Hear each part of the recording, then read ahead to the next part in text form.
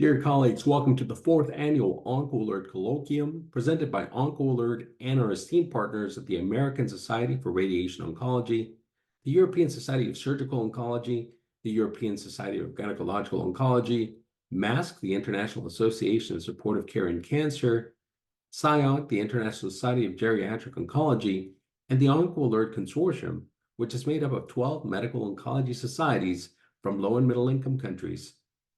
Today, we bring you the top in Thoracic Oncology 2023 and the MASCC Sessions in Supportive Care.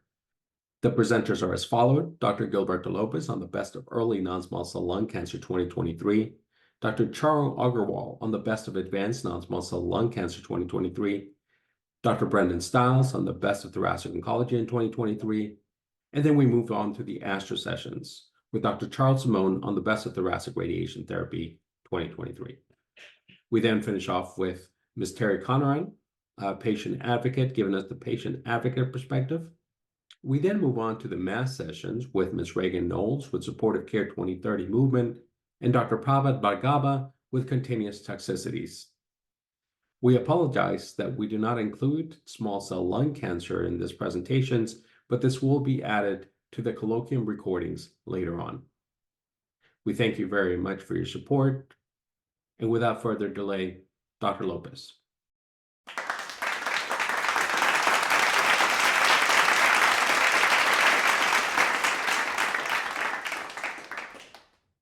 Hello, everyone, and welcome to OncoAlert Colloquium. My name is Gilberto Lopes, and I'm a medical oncologist at the Sylvester Cancer Center at the University of Miami in Florida in the United States. And today I'm going to be discussing what we have learned about early lung cancer in the year 2023.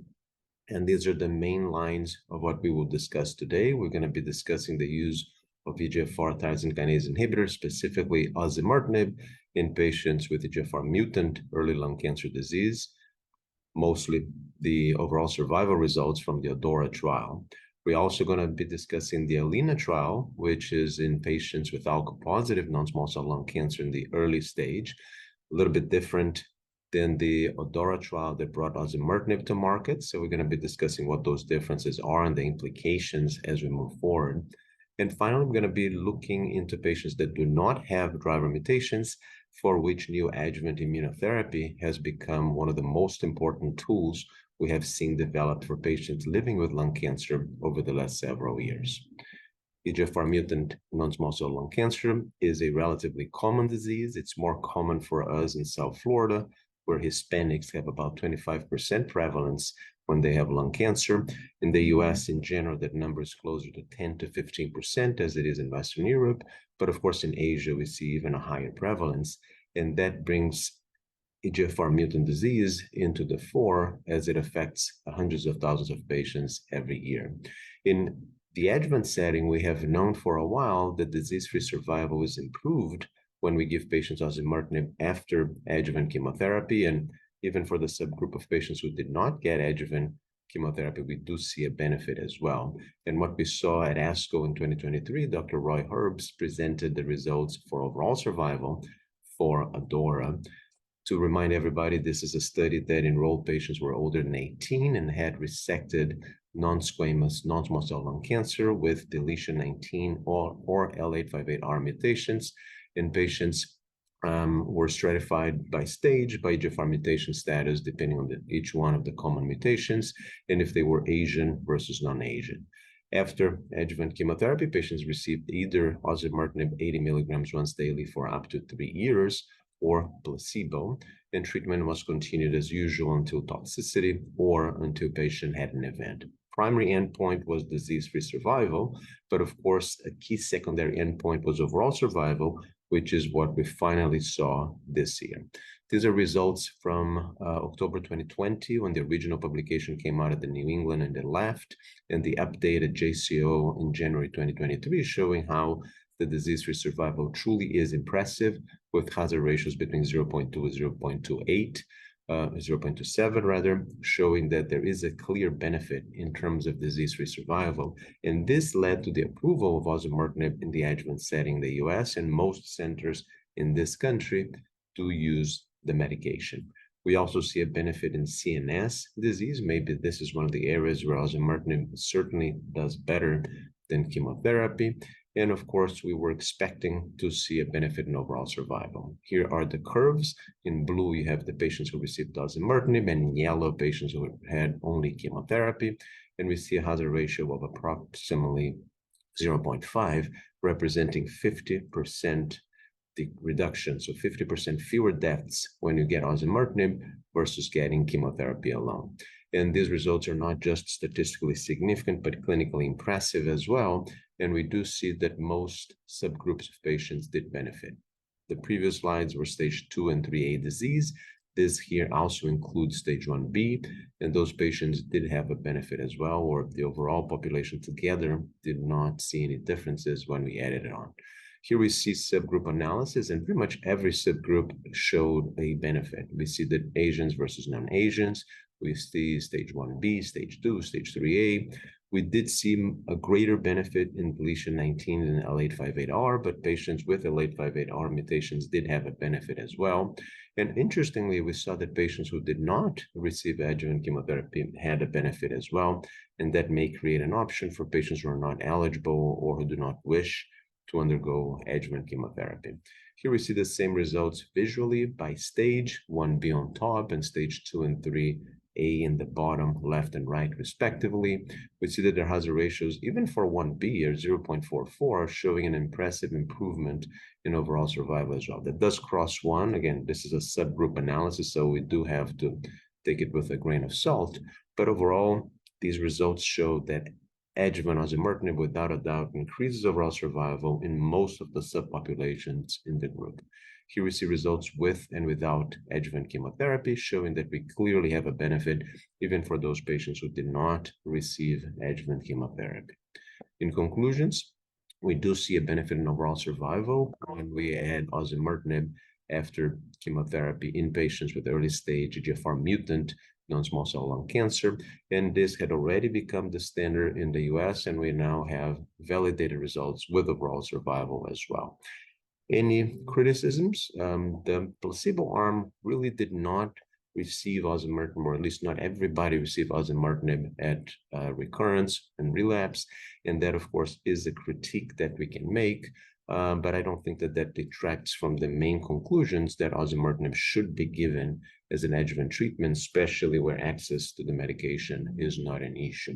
But of course, this is a criticism that we have to make, and we have to try to do better in clinical trials as we move forward as well. Open questions. Do we need to keep all patients on treatment for 3 years? Do patients need more than 3 years? What are the long-term toxicities as we use medications longer? Sometimes we run into adverse events that, while rare, may be life-changing for those patients who develop it. Let's say heart failure, for instance. And the third question is, would new adjuvant EGFR TKI be even better? So building on what we know now in chemotherapy and immunotherapy in the adjuvant setting, showing a very high proportion compared to chemotherapy alone of pathological complete responses, that's something that we can do in patients with EGFR mutation using tyrosine kinase inhibitors. And unfortunately, the answer so far is no. I'm going to show you one study that was presented at ASTRO this year. We also have new ADAURA ongoing, so we're going to wait for that, and a couple of other studies that are ongoing as well. But this study, which is relatively small, had only a bit fewer than 30 patients, it does show us what we can expect in neoadjuvant studies using osimertinib. We can expect really high clinical response rates, as we already know from the metastatic setting, but unfortunately, these have not translated into major pathological responses or into complete pathological responses. You see the red line in the slide. That is the red line that shows us which patients had a complete pathological response. And here the answer is actually none. Major pathological responses below the red line. And to reach a complete path response, you had to reach the 0% line. And unfortunately, no patients here had a pathological complete response, and a very small number of patients truly had a major pathological response. So this is not an approach that seems to be leading to the types of responses that we see with chemotherapy and immunotherapy for patients without EGFR mutations without ALK translocation, and that's something we need to bring back to the drawing board to try to improve outcomes for patients using a neoadjuvant approach when they do have EGFR mutations.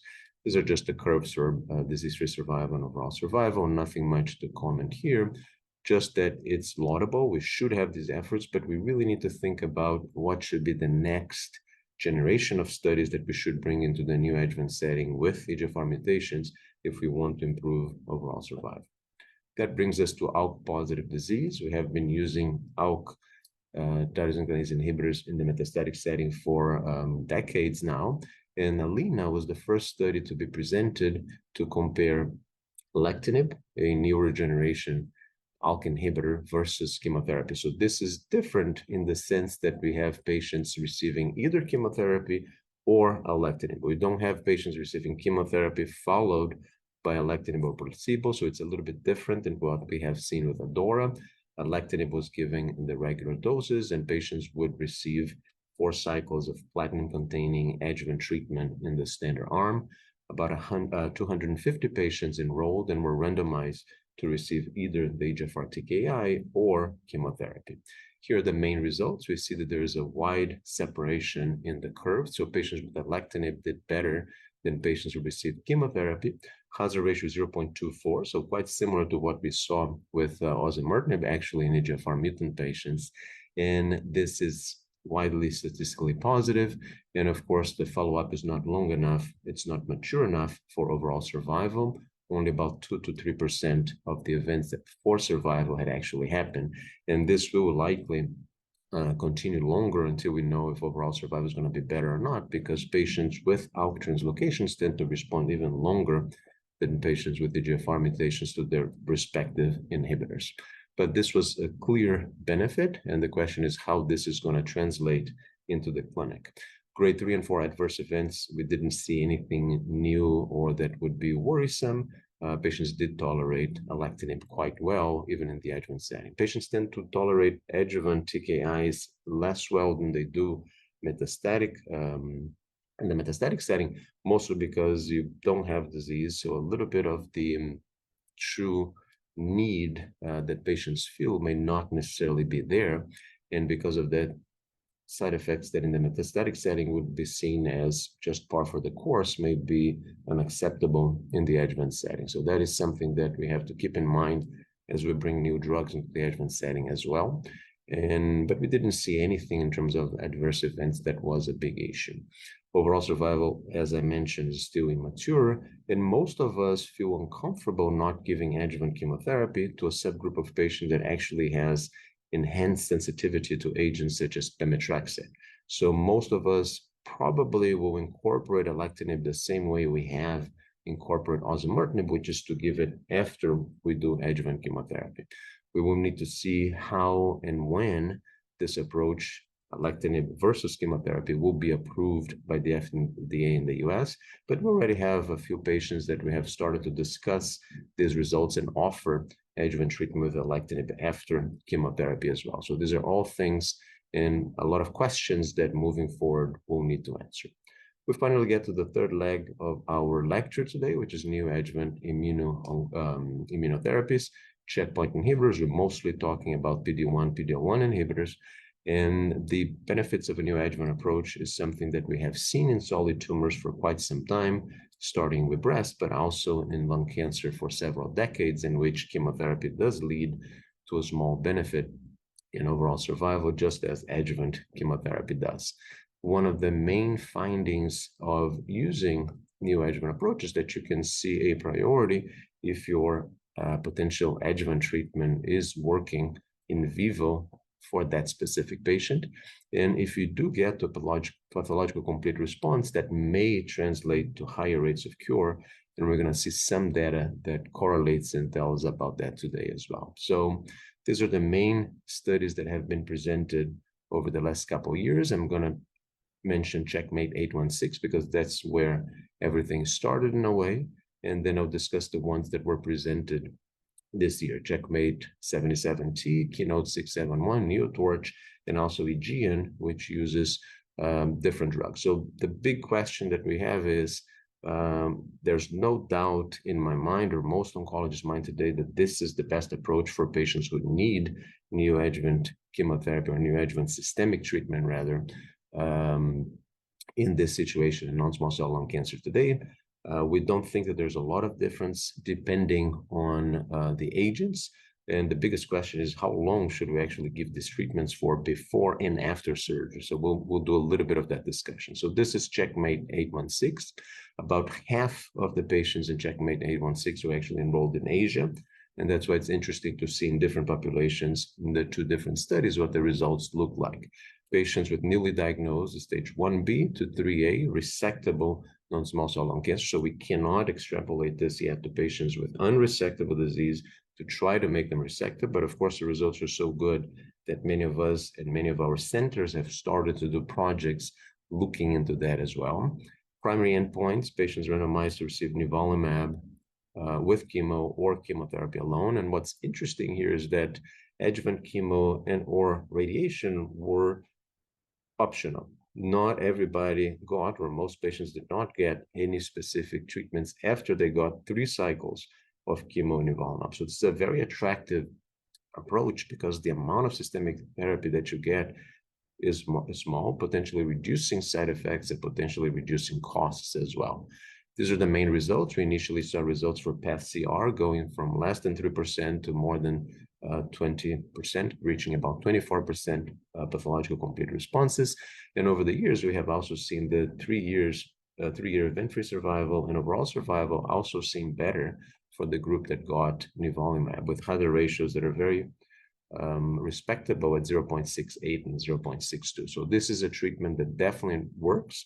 And we now have a number of different studies corroborating this data. When we look at subgroups to try to see which patients do the best, here it seems that patients with more advanced disease actually do a little bit better when they do get immunotherapy. You see here stage 1B and 2 versus 3A, how much more of a benefit and how much deeper the hazard ratio actually is. Squamous in this particular study did not do as well. And patients with PD-L1 less than 1%, we did not really see much of a difference as well. But in other studies, that's a little bit different. What we do see in most studies that patients who get either cisplatin or carboplatin do benefit. And the benefit in never smokers seems to be more, as we have known from the metastatic setting as well. This it has also been shown for Checkmate 816 that you do not make surgery less likely to be feasible, and that the adverse events are not that different than what we have come to learn how to manage in the metastatic setting as well. So these are all positive factors that bring us to use this approach in the neoadjuvant setting more and more. So this year we had Checkmate 77 being presented, very similar design, except that patients would continue nivolumab for a year post-operatively as well. Otherwise, the study was done mostly in Europe. So we do see here more of an European population, about 55% of patients.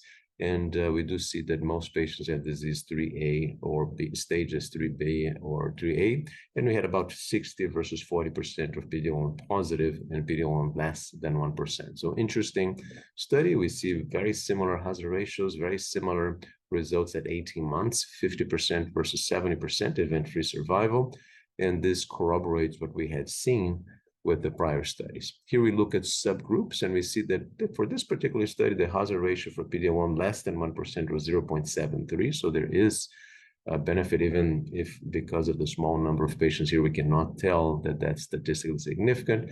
We see a benefit with either cisplatin or carboplatin. We do see mostly the benefit in current or former smokers.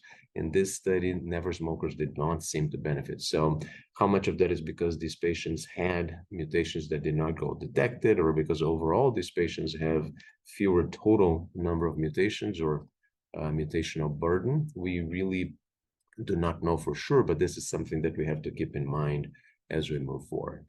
When we look at the event-free survival by baseline disease stage, as I mentioned, we have more of a benefit for patients with stage 3 disease. The curves look much more separate, and we will need to look more into patients with stage 2 to see if these patients do benefit or not from the approach of adding immunotherapy.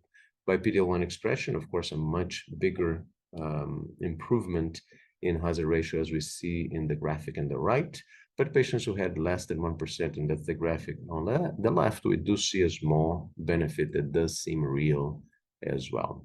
Here are the differences in terms of pathological complete response and major response. In the left, we see pathological complete response is going from a little bit less than 5 to about 25%. And for major pathological response, we had 35 versus 12%. So nothing new from what we have seen. And truly, we see this with pretty much every agent that has been tested in this setting. We see Keynote 671 with pembrolizumab, very similar design. We see that the event-free survival hazard ratio is almost identical, and the curves separate again at around or before 6 months and continue to separate as they move forward. Subgroups, we see very similar story. We really shouldn't look much into the patients with EGFR mutation and ALK translocation here because the number of patients with positive changes was actually very small, so it doesn't really help. Overall, we tend not to see as much of a benefit from immunotherapy for patients with EGFR mutation or ALK translocation, and these studies do not bring enough data for us to change that. What we're starting to look here is immature data for overall survival, actually starting to show trends that suggest that we will see an overall survival benefit. Here it's a hazard ratio of 0.73 and a P of less than 0.03, but this was not through the significance boundary. So this is not yet a statistically significant result, but it does show us that over time, we are likely to see a benefit in overall survival as well. Results for pathological complete response and major pathological response are very similar to what I showed in the previous slides. And this is an interesting study to show, an interesting curve to show what the benefit of having a pathological complete response is. In green on top, you see how well patients who had pathological complete response did when they got pembro.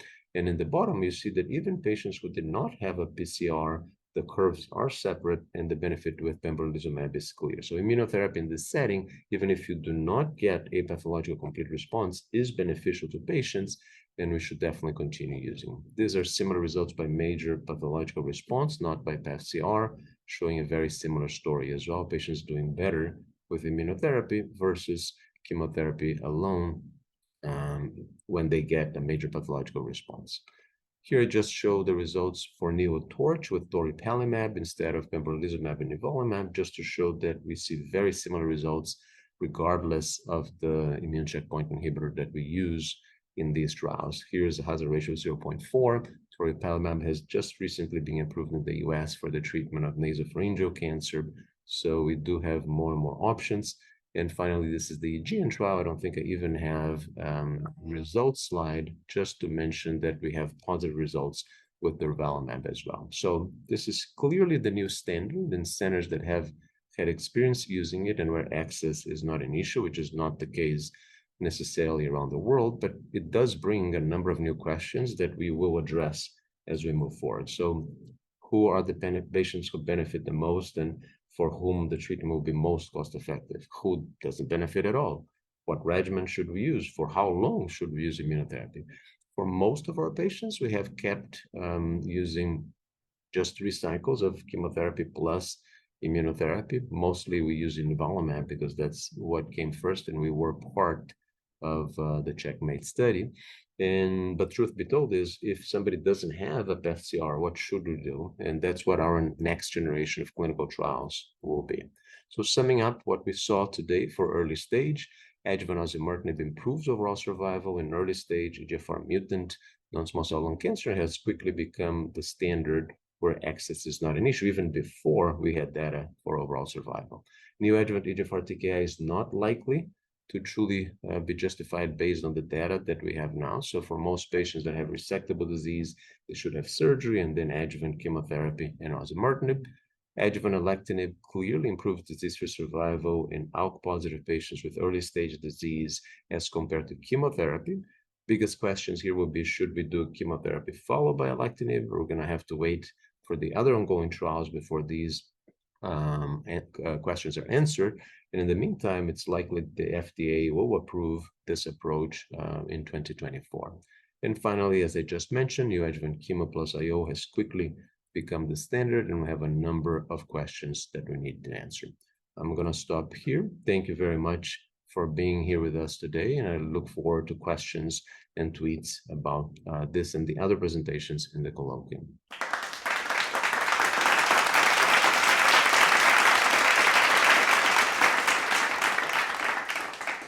I'm Dr. Charu Aggarwal. I'm the Leslie Heisler Associate Professor for Lung Cancer Excellence at the University of Pennsylvania's Abramson Cancer Center. I'm here today to discuss with you advances in metastatic non-small cell lung cancer and updates from the recent annual meetings.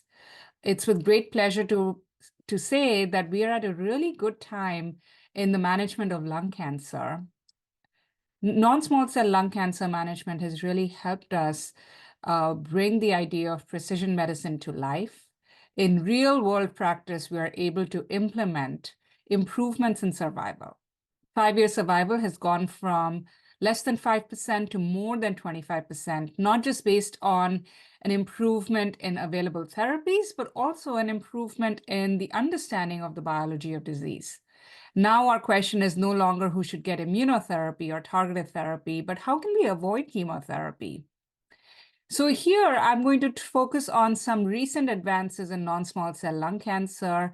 And here's the outline of the conversation that we're going to have today. We'll start off with updates in first-line metastatic EGFR mutant non-small cell lung cancer. Then we're going to talk about updates in second and third line management of this disease, and finally end up with a large clinical trial that looked at an antibody drug conjugate for non-small cell lung cancer using anti-TROP2 ADC.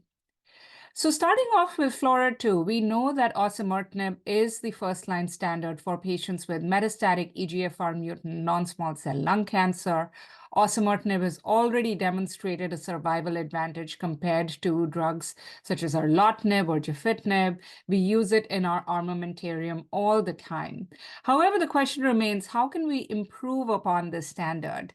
And that's how FLAURA2 was designed. This was a phase 3 study presented by Dr. Yani at World Lung Conference in 2023.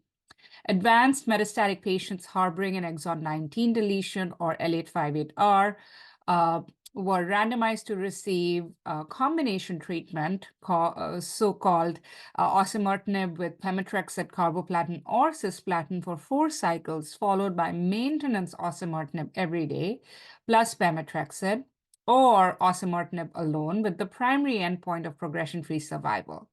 What we saw in this clinical trial is that baseline characteristics were very well balanced across the treatment or the experimental arm or the osimertinib arm alone.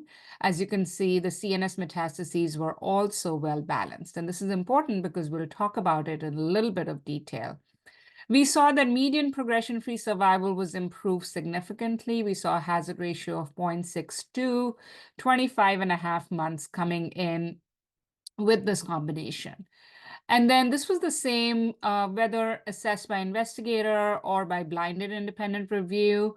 And then what's striking is that for patients with CNS metastases, there was near doubling of progression-free survival with this combination with a hazard ratio of 0.47, which was not seen in those with, the same effect was not seen in those without CNS metastases.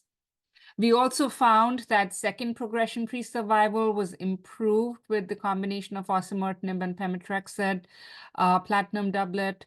However, we're not really seeing a significant improvement in overall survival. The curves are crossing. Hazard ratio is 0.9. However, these are early data, and I think we still have a lot to learn from the outcomes of the study. I will say that most of our patients in clinic do end up getting second-line therapy. However, on this trial, only 46% in the experimental arm actually went on to receive a second-line therapy, which I thought was rather low. This combination does add toxicity. So if you look at the safety summary, any AE grade 3 or higher was much higher as expected in the combination arm, as were the SAEs, and then drug discontinuation rates were also higher in combination. Safety profile is as expected. We saw more anemia, nausea, We saw more rates of neutropenia and thrombocytopenia, as can be expected with cytotoxic chemotherapy. In summary, I think this is a combination regimen that is likely to be approved in the first-line setting. I think it just requires a lot of careful conversation with the patient regarding the additive side effects with chemotherapy, as well as lack of clear overall survival advantage at this point in time. The second trial I would talk to you about is Mariposa. This is in first-line EGFR mutant non-small cell lung cancer. And again, I think building upon the idea that we can do better than osimertinib alone, amivantamab is approved antibody against EGFR and MET. It is currently approved for EGFR exon 20 mutations. And what the study did was it combined amivantamab with a third-generation oral TKI called lazertinib and compared it to osimertinib. And they also had a lazertinib arm to just look at contribution of different components. These were treatment-naive exon 819 or L858R patients, very similar population to FLAURA2. And the primary endpoint was, again, PFS of this ami-laz versus osimertinib. Just to remind all of you, amivantamab is administered intravenously weekly for the first 4 weeks and then every 2 weeks. And then the oral pills are daily.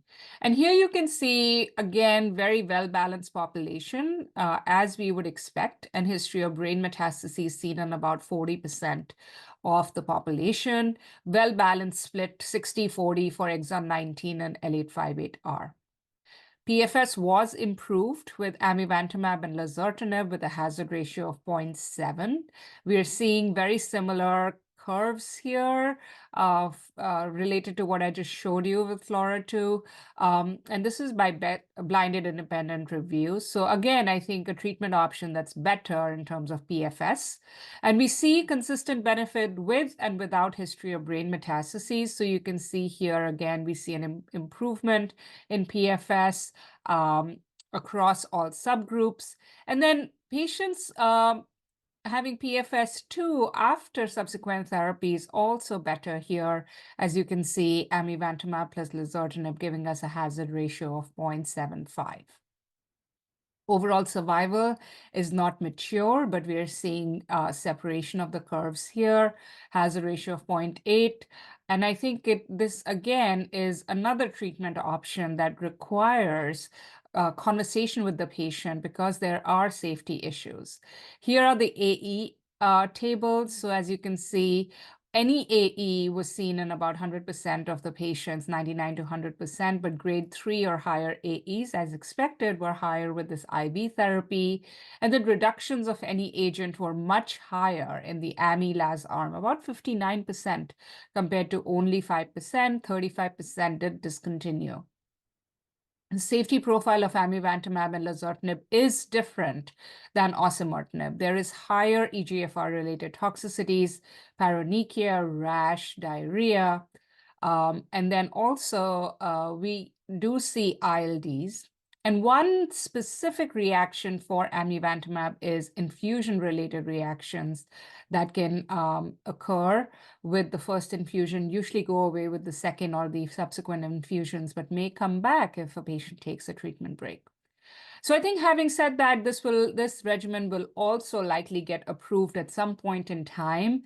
The idea is that now we have more than one treatment option in the first-line setting without lack of overall survival benefit. I think these risks need to be discussed very clearly with the patients, but very important that we are seeing improvements in progression-free survival.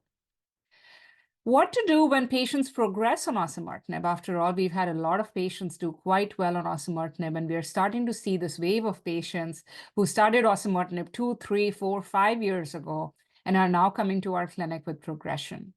One of the trials looked at Mariposa 2 looked at amivantamab, which I just talked to you about as an antibody against both c-MET as well as EGFR. This was evaluated, recognizing that 50% or so of the resistance mechanisms in the second-line setting may be related to MET. So let's look at this trial a little bit. Again, this is a treatment-exposed population. metastatic non-small cell lung cancer. They had to progress on osimertinib. Patients had to have sensitizing mutations. And as you can see, there are three groups that they are being randomized to. So amivantamab in combination with lazertinib with chemotherapy. There's also chemotherapy, and then there's amivantamab with chemotherapy. And as you can see, the dual primary endpoint was PFS for the combination arms against chemotherapy. What we found was that there were some modifications that needed to be made. The primary endpoint for Mariposa 2 evaluated all randomized patients in the quadruplet arm, regardless of dosing regimen. However, 166 patients did receive lazertinib concurrently, and 97 received lazertinib after completion of carboplatin. And then future analyses will evaluate the impact of this modification as well. Demographics, again, I put this table up here to show you that they were quite well balanced across the three groups. I think randomization was well balanced here. 70-30 split for exon 19 and L858R. And what we can see here is that the two curves on the top are probably very similar compared to chemotherapy. So the quadruplet of Ami-Laz chemo and Ami chemo is doing quite well. Performance of progression-free survival hazard ratios here in the 0.48 to 0.44 range, which is quite good and meaningful for our patients, I think. You can see consistent PFS benefit across all major subgroups seen here. And then finally, you can see that early interim overall survival data, at least for amivantamab and chemotherapy, looking a little bit more promising than the quadruplet with a hazard ratio of 0.77. Have to caveat that these are all very early overall survival data. I think these are going to get affected by subsequent therapies, and I think we should just be mindful of how we interpret them because they're all very early. Again, I think as we know with amivantamab, there is a chance of infusion-related reactions. There is a chance for EGFR-related reactions. AEs are definitely higher in the amivantamab and chemotherapy arm. As you can see, grade 3 or higher AEs were much more common in the Ami chemo or the Ami-Laz chemo arm. However, having said that, AEs leading to death and discontinuation were low. And the discontinuation for all agents due to treatment was lowest in chemotherapy at only 2% compared to 10% in the quadruplet arm. So that's another option. And now we'll focus our discussion on antibody-drug conjugates. And one such antibody-drug conjugate is focusing on HER3, this drug called patritumab, which is being evaluated in the EGFR mutant non-small cell lung cancer setting. We heard data from HERTHENA-Lung01, which I'll talk to you about. This is patritumab deruxtecan. It's an ADC. As with any ADC, it has three components. It has the antibody component, which is the patritumab that links it, that binds to a HER3 receptor, a payload. Here we're using deruxtecan, and then a cleavable linker. HER3 is expressed in a variety of tumors expressed in about 83% of all lung cancers, and may be preferentially expressed in EGFR mutant lung cancers. HERTHENA-Lung01 was a large study design which looked at a fixed dose evaluation of HER3-DXd after having had up titration. 225 patients were enrolled. And they did make a very conscious effort to include patients that had received both a third-generation TKI as well as chemotherapy. I think this is very important to recognize that this ends up being technically a third-line trial with 225 patients enrolled onto this. And what we find is that, again, there were patients that are very representative of the patients that we see in clinic. History of CNS metastases seen in about half of them. We see, again, a 60-30, 60-40 split for EGFR activating mutations, and 93% of the patients had received osimertinib. And here's the data. Patients had an overall response rate of about 30%. And this seemed to be across all subgroups. And then we are seeing this effect against all mechanisms of known resistance. As you can see, the waterfall plot showing us pretty good responses, many patients with stable disease who benefited from this treatment. Any TEAEs were about 99.6%, so almost everyone had an adverse event, but grade 3 or higher were 65%. And as you can see, ILD, which is a concern for ADCs, was relatively low at 5%.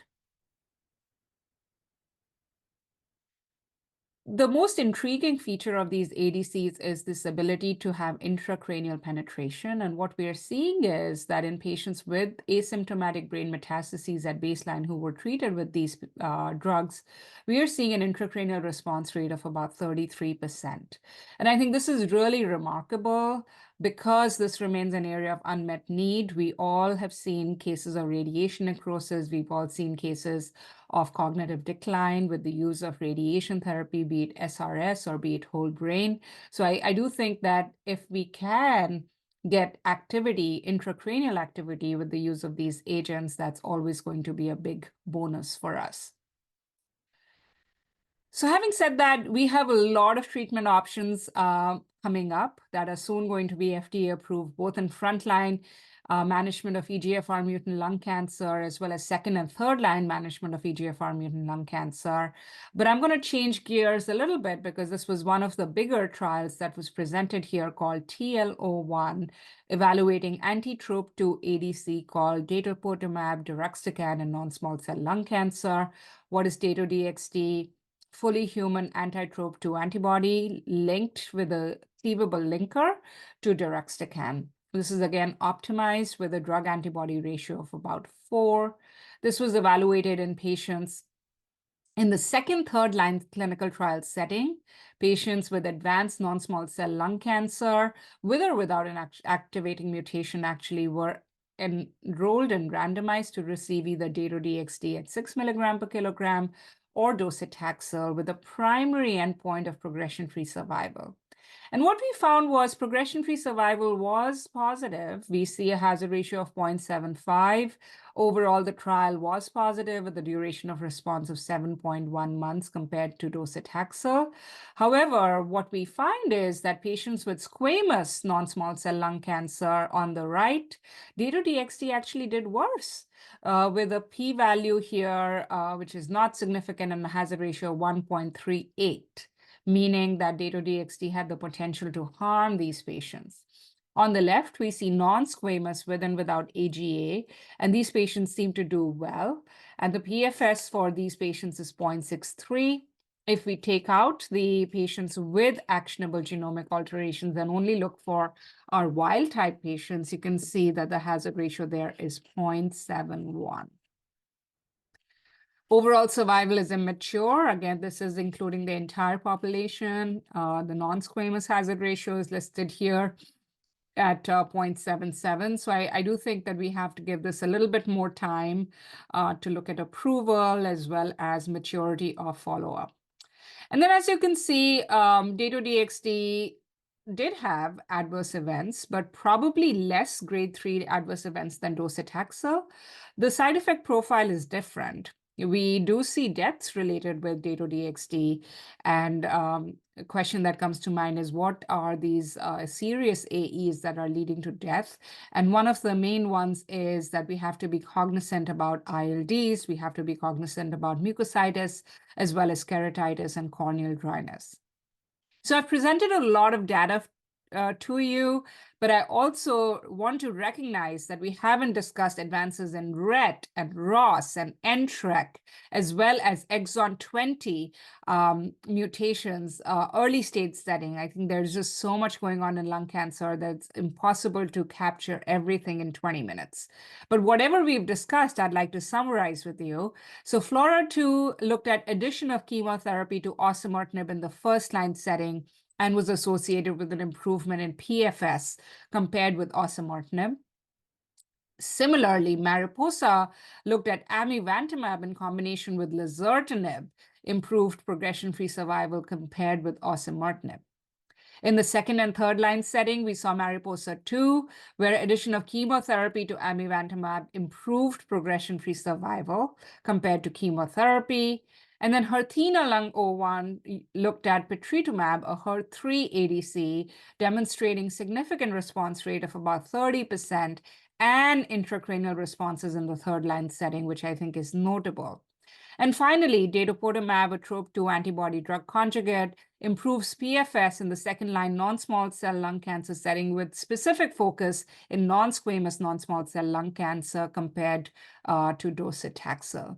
We look forward to the approval of these agents, and I look forward to a robust discussion about these advances in lung cancer, and I'm happy to take any questions during our open discussion time. Thank you so much for listening.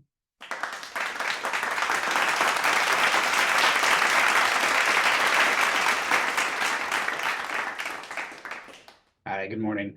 I'm Brendon Stiles, a thoracic surgeon at the Albert Einstein College of Medicine Montefiore Health System. I'm thrilled to be participating in this OncoAlert colloquium and speaking about thoracic surgery, a topic which is near and dear to my heart. These are my disclosures. So the surgeon's role in the broader treatment space has really evolved. I think surgeons have always played a role in the management of lung cancer patients, but never has that role been more important in terms of integration with the multidisciplinary team. Surgeons are often the first to see the patient, so we're critical for diagnosis, staging, and for initiation of comprehensive biomarker testing. I always argue that surgery is the original targeted treatment, and so obviously now we have even more options for targeted surgical treatment of early stage lung cancer, which I'll talk about. I think decisions regarding neoadjuvant therapy are often made first and foremost by the surgeon, or at least with the surgeon's participation. And finally, getting patients back to the therapy that they need. We've got these amazing systemic therapies for adjuvant therapy these days, but it's the surgeon's job to really help prime the patient for those therapies and to get them back to those therapies. So I'm going to start with talking about our earliest stage disease, peripheral stage 1 lung cancer. And obviously, 2 seminal trials reported out in the last 2 years. And the question is less more? The trials JCOG 0802 and CLGB 140503 tried to answer that question. These are both large surgical randomized trials reported in the Lancet in 2022 and the New England Journal of Medicine in 2023, respectively. I'm going to go through each of these a bit. So this is JCOG 0802, and this is the overall survival, which was the primary endpoint. This was a trial of strict segmentectomy versus lobectomy, no wedge resections allowed. Several things I think about this remarkable endpoint. You see that 5-year overall survival was above 90% in both treatment arms. And again, this was for peripheral tumors less than 2 centimeters in size, clinically stage 1. The trial was set up to show non-inferiority, but in fact, it showed a slight superiority of segmentectomy over lobectomy with 5-year overall survival of 94% versus 91%. This certainly caught people's attention and again, I think made people excited about this idea of segmentectomy for sublobar resection. Now, how did that work out? I think it's interesting to tease through the recurrence data and looking at the total recurrence data, slightly higher in the segmentectomy arm. Particularly, you can see local regional recurrence was higher and local recurrence, 10.5 versus 5.4%. Interestingly, though, this didn't translate to differences in overall survival, and whether these patients were salvaged with systemic therapy recurrence is not known. You see that the distant rates of recurrence were quite similar. But this, I think, remarkable overall survival, remarkable low rates of distant disease, and good control local regionally as well. Then this brought up the other case, then why, if those were similar and recurrence is slightly higher in segment, why did segmentectomy do better? And this was quite provocative. It seemed that the patients in the lobectomy arm had higher causes of other death, 9.4% versus 4.9%. Lung cancer deaths were quite similar, but there were more secondary cancers in the lobectomy group and more deaths from respiratory disease. This provocative finding, I think, argued that maybe sparing lung function leads to better outcomes over the long term in terms of patient physiology and other factors. And obviously, it raises the question, would taking out even less lead to better lung cancer outcomes? Unfortunately, along came CLGB to take a shot at that, and this is 140503, led by Dr. Nasser Al-Torki, published in the New England Journal in February of 2023. Slightly different setup. Again, this was a phase 3 randomized trial on peripheral T1A N0 tumors less than or equal to 2 centimeters. Had to have intraoperative confirmation of negative nodes. I think that's really important concept as we apply this out in the real world.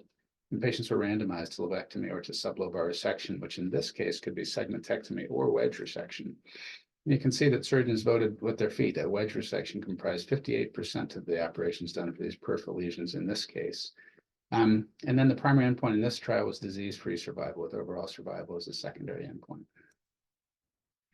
And remarkable findings, I think, again, surprising many. Absolutely no difference in 5-year disease-free survival, 64 versus 63.6% for lobar and sublobar resection. And overall survival didn't hit that 90% number that we saw in the Japanese trial, but about 80% for both groups, lobectomy versus sublobar resection, and absolutely identical. And I think that this really surprised a lot of people, I have to say. It certainly surprised me. When we saw the breakdown of the subgroups, I think some questions remain and trying to think about, can we apply this broadly to all patients in the context of the trial? Certainly, you can see that most of the subgroups had equivalence between sublobar resection and lobectomy. Each lost progressive power with the smaller sizes, but you can see the results there. But one thing that stood out as were, of course, is wedge versus segmentectomy. That's what everybody wanted to know and wasn't in the original paper. But we do see some other subgroups of interest. I think never smokers, interestingly, seem to do better with lobectomy. It's kind of interesting as we think about oncogene-driven lung cancers in that context, I think. And then this group that I worry about a little bit, the 1.5 to 2 centimeter tumors, slight advantage to lobectomy, not statistically significant, but makes me worry and make sure that we're not applying it incorrectly to those marginal patients, I think. Now, of course, disease recurrence, I think, was a bit more sobering in the CLGB study than the JCOG study. You can see that overall recurrence was about 30% in each group. Local regional 10% versus 13.4%, not statistically different in this trial. But the real sobering thing, distant recurrence, 16% in all the patients. And in fact, even our earliest stage patients, it appears that we're failing some systemically, which I think argues for the need to find these high-risk stage 1 patients and perhaps intervene earlier. So back to the original question, why did we do this trial? Well, we thought that this would maybe save lung function, and did it?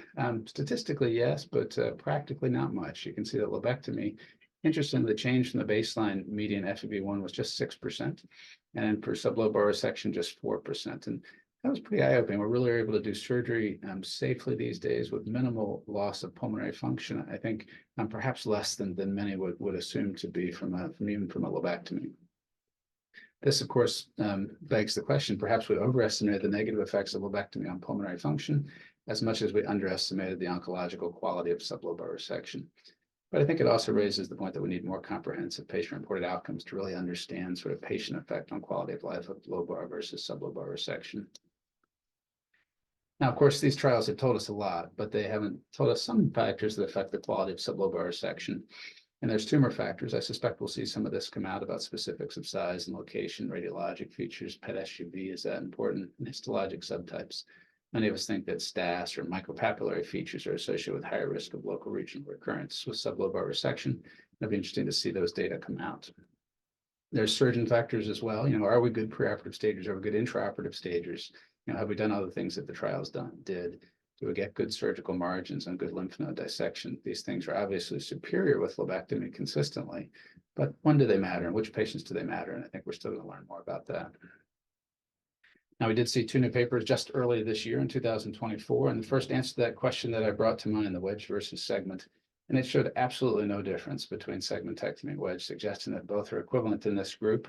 A lot of surgeons who I've talked to suggest that it's some selection, that surgeons selected the best patients for wedge, the patients who they knew were appropriate for wedge, but I think the data is as it is, and right now there appears to be no difference. I think another important aspect, though, is what happens to these patients over time, and do they get more cancers? And in fact, yes, they do. You can see the 5-year secondary primary rates were 14.7 in the lobectomy versus 17.2 in the sublobar resection, so 16% in the entire population. Over 3% incidence per year per patient, I think. So certainly need to continue to follow these patients. And I think this also makes an argument for lung preservation whenever possible. So this leaves quite a complex road ahead, I think, as we think about these trials. And one could imagine the worst case scenario where widespread uptake, poor selection of patients, fewer referrals to academic surgeons and treatment teams, and a preference for a quick wedge leads to less identifications of patients eligible for adjuvant therapy and leads to worse survival as this gets applied in the real world. And that would certainly be a disaster. In the best case scenario, widespread uptake selection criteria applies to all, minimal preservation of pulmonary function, and no difference in survival recurrence. And so that, to me, is not so exciting either, I think, as one thinks about it. But I do think that there is an optimistic alternative, and that a selective, carefully tailored strategy will allow appropriate use of sublobar resection, identify N-positive patients, and continue to extend surgery to high-risk patients, and allow preservation of lung function and quality of life in patients with low-risk tumors. Now, moving on. So the earliest of the early, but now let's talk about locally advanced disease. I think surgeons are often the key decision makers for these patients as well, thinking about when they're resectable, how should we stage treatment, what should we do, how should we approach them? Certainly that's in the context of a multidisciplinary team, but I think, the neoadjuvant space is booming, right? And there's no place for surgeons to hide. The surgeon who just wants to take patients to the OR and not sort of think about all these things up front, I think is doomed to failure. We've seen trial after trial published in high impact journals that describe the benefits of neoadjuvant chemotherapy plus immunotherapy, which I think is incredibly exciting. Our group at Cornell has been in this space for a while. This was my previous institution where we did a trial with durvalumab plus or minus low dose radiation therapy. And this really gets at what's important to surgeons, right? Is this safe? Is it safe to give immunotherapy and then operate? And if so, which patients is it safe in? Are there ones that we need to watch out for? Well, we found that across the board, it was relatively safe. We could approach about 2/3 of patients who got immunotherapy with minimally invasive surgery. Most common operation was lobectomy with relatively low rates of pneumonectomy. I think this is slightly different in a trial population, hopefully, than in the real world. But you can see operative times were quite reasonable, hospital length of stay quite reasonable, complications quite low. In this study, low dose radiation didn't add anything to the morbidity. Really, the primary point was that we can operate safely after immunotherapy. Now that, since we started that trial, that paradigm has completely flipped because we've moved on from single agent immunotherapy or immunotherapy plus something to really immunotherapy plus chemotherapy. We've seen trial after trial, Checkmate 816, Nadim, Aegean, NeoTorch, Keynote 671, and now Checkmate 77T, that show exceptional event-free survival at 2 years. Pretty consistently above 60%, about 2/3 of patients are alive without disease at 2 years who get intent to treat neoadjuvant therapy. That's pretty remarkable. You can see pretty good R0 resection rates, overall survival looking quite robust early on in these trials. Again, we've got to just think about this for all of our patients now. And I think the surgical community has embraced this for stage 3 patients. The question is really stage 2 patients. But I think the ATS, we wrote this consensus document and really came down hard, recommending that neoadjuvant therapy even be considered for appropriate stage 2 patients. And suggest that it's even preferred over adjuvant therapy. That's a space that will certainly continue to evolve with time. Now, why? Another important reason, something important to surgeons, is surgical safety. Like, how many patients make it to surgery? What are the OR times? How does it look? Is it really hard or easier? Well, John Spicer, I think, and Checkmate 816 really did a great job laying this out, and I commend the people who designed the study. They're really the focus to look at some of these surgical outcomes. I think is really key to convincing surgeons to participate. And some exciting things teased out here at ASCO, arguably the wrong population to tell the oncologists. We need to get this out to the surgeons that, hey, look, in this trial, it actually looked a little easier with the addition of immunotherapy. More patients made it to surgery numerically, and the surgical times were slightly lower, suggesting that maybe these cases were a little bit easier. You can see those there, both in the Nevo chemo arm versus the chemo alone arm. The operative times were shorter. And I think that's for the early stage, the 1Bs and the 2s and the stage 3As.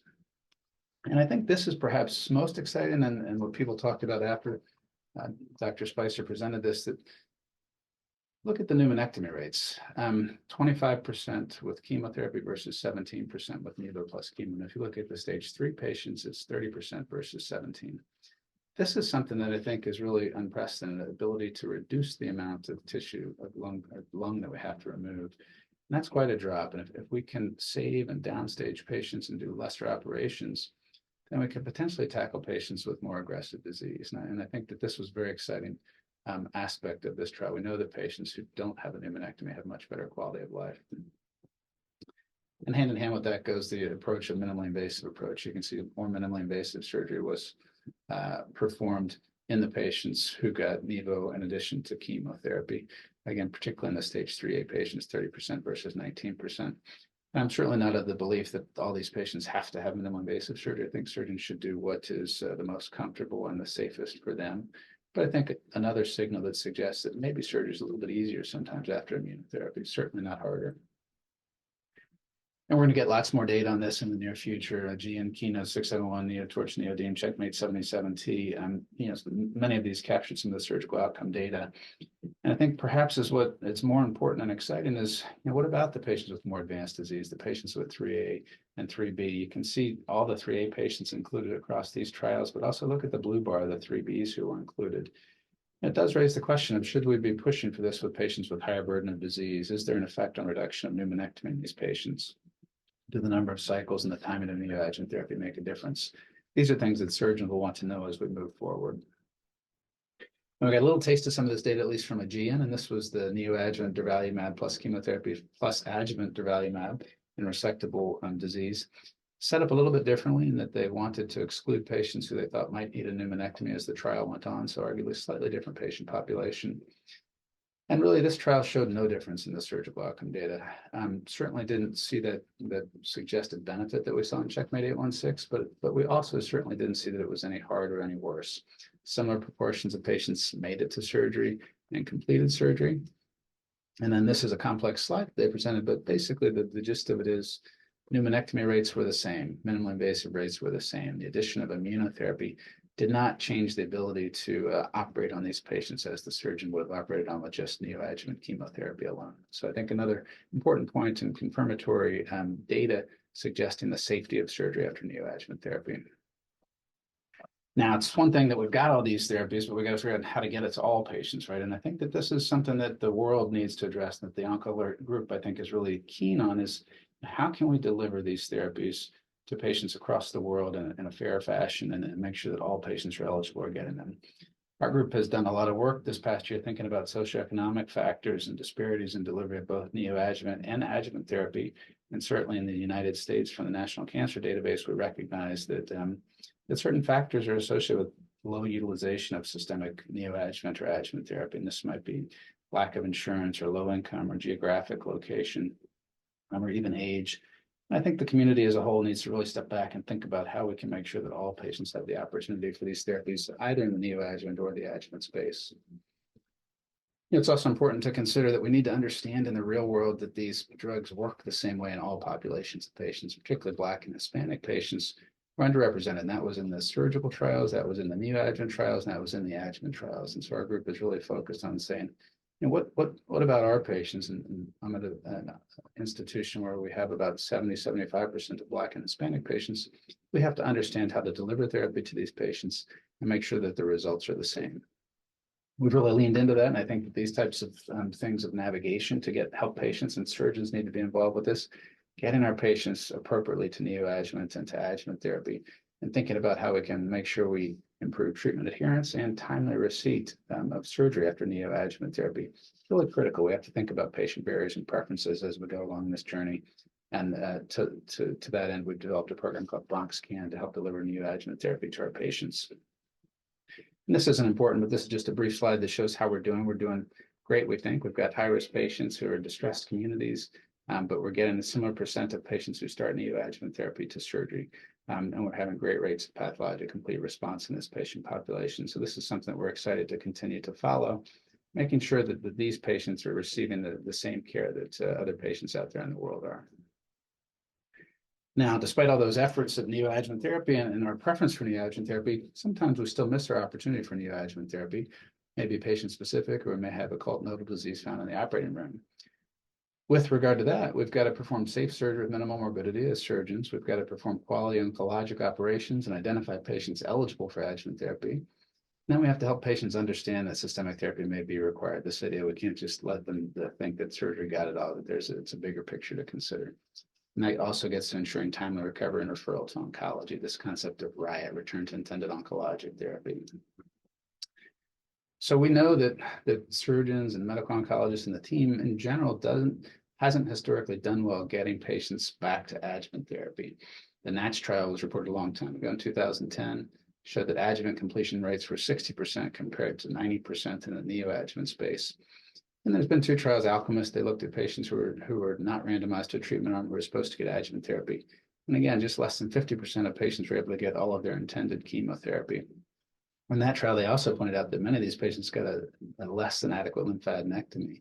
You can see just over 50% had what we would consider an adequate lymphadenectomy, suggesting that maybe we're not always identifying all the patients eligible for adjuvant therapy as well. And so that was an important feature of that study as well. And then finally, Violet, this was a trial comparing thoracoscopic to open lobectomy, and they looked at all patients eligible for adjuvant therapy to see how many got it. And still that number hovered around 50%. I think we as surgeons need to do better. This was a motivated patient population in this trial. Hopefully the enthusiasm for adjuvant immunotherapy, targeted therapy can help push that number up, but we also have to think about it as surgeons, what we can do to get the patients there. And of course, there's the bigger space about what's resectable and what's not resectable. I think this will be interesting to explore moving forward. That balance of neoadjuvant therapy and surgery versus chemoradiation and immunotherapy. How do we really define unresectable? And this was from the EORTC resectability consensus statement that I think is pretty good. I mean, I think N2 multi-station disease is potentially resectable now. We really have to think about that and think about how to weigh that. I think, as we think about bulky disease or N3 disease, probably still in the unresectable range, but I'm interested to see trials that start to explore some of these ideas and try to balance the risk of surgery versus the risk of chemoradiation. There's a great study, I think, being proposed called MDT Bridge, which will look at patients and give them durvalumab and chemotherapy in the neoadjuvant setting. And then instead of making the decision for surgery or radiation up front, it will reassess after 2 cycles. And I think increasingly in clinical practice, our surgeons or radiation oncologists have done that. Maybe giving our best systemic therapy up front is good for radiation, just like it is for surgery. And so I'm interested to see this concept and see, can we make patients who are not potentially resectable, or what should we do with patients who progress rapidly? And those will be certainly frontiers for us to all sort of look towards in the next couple of years. So in conclusion, surgery should be a targeted, personalized therapy. It always has been, but never more so. For patients with the earliest stage cancer, sublobar resection may be preferable. However, high rates of recurrence persist following local therapy. For patients with clinical stage 2 and 3 non-small cell lung cancer who are EGFR and ALK negative, neoadjuvant chemotherapy plus immunotherapy is preferred. And surgery can be safely performed in these patients after neoadjuvant therapy. So it may be time to push the limits on what is resectable and really to think about that broadly, I think, and to weigh that against the other great option of chemotherapy and radiation and immunotherapy. Now, for those patients who don't receive neoadjuvant therapy and are found to have pathologic stage 1B to 3 non-small cell lung cancer, surgeons really need to be in the space and make sure that the patients get back their intended oncologic therapy so that we can all get these great outcomes that we hope for. So thanks so much for inviting me to participate and for taking the time. This is our team at Montefiore Einstein, who we're really proud of, and we're happy to stick around and answer questions in the online portion. Thanks so much.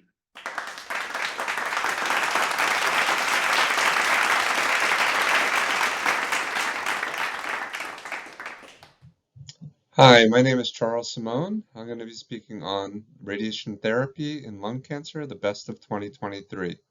Much of the focus will come from great presentations at the ASTRO annual meeting, as well as other prominent annual meetings, including ASCO, International Association for the Study of Lung Cancer, ESMO, as well as several key publications from 2023.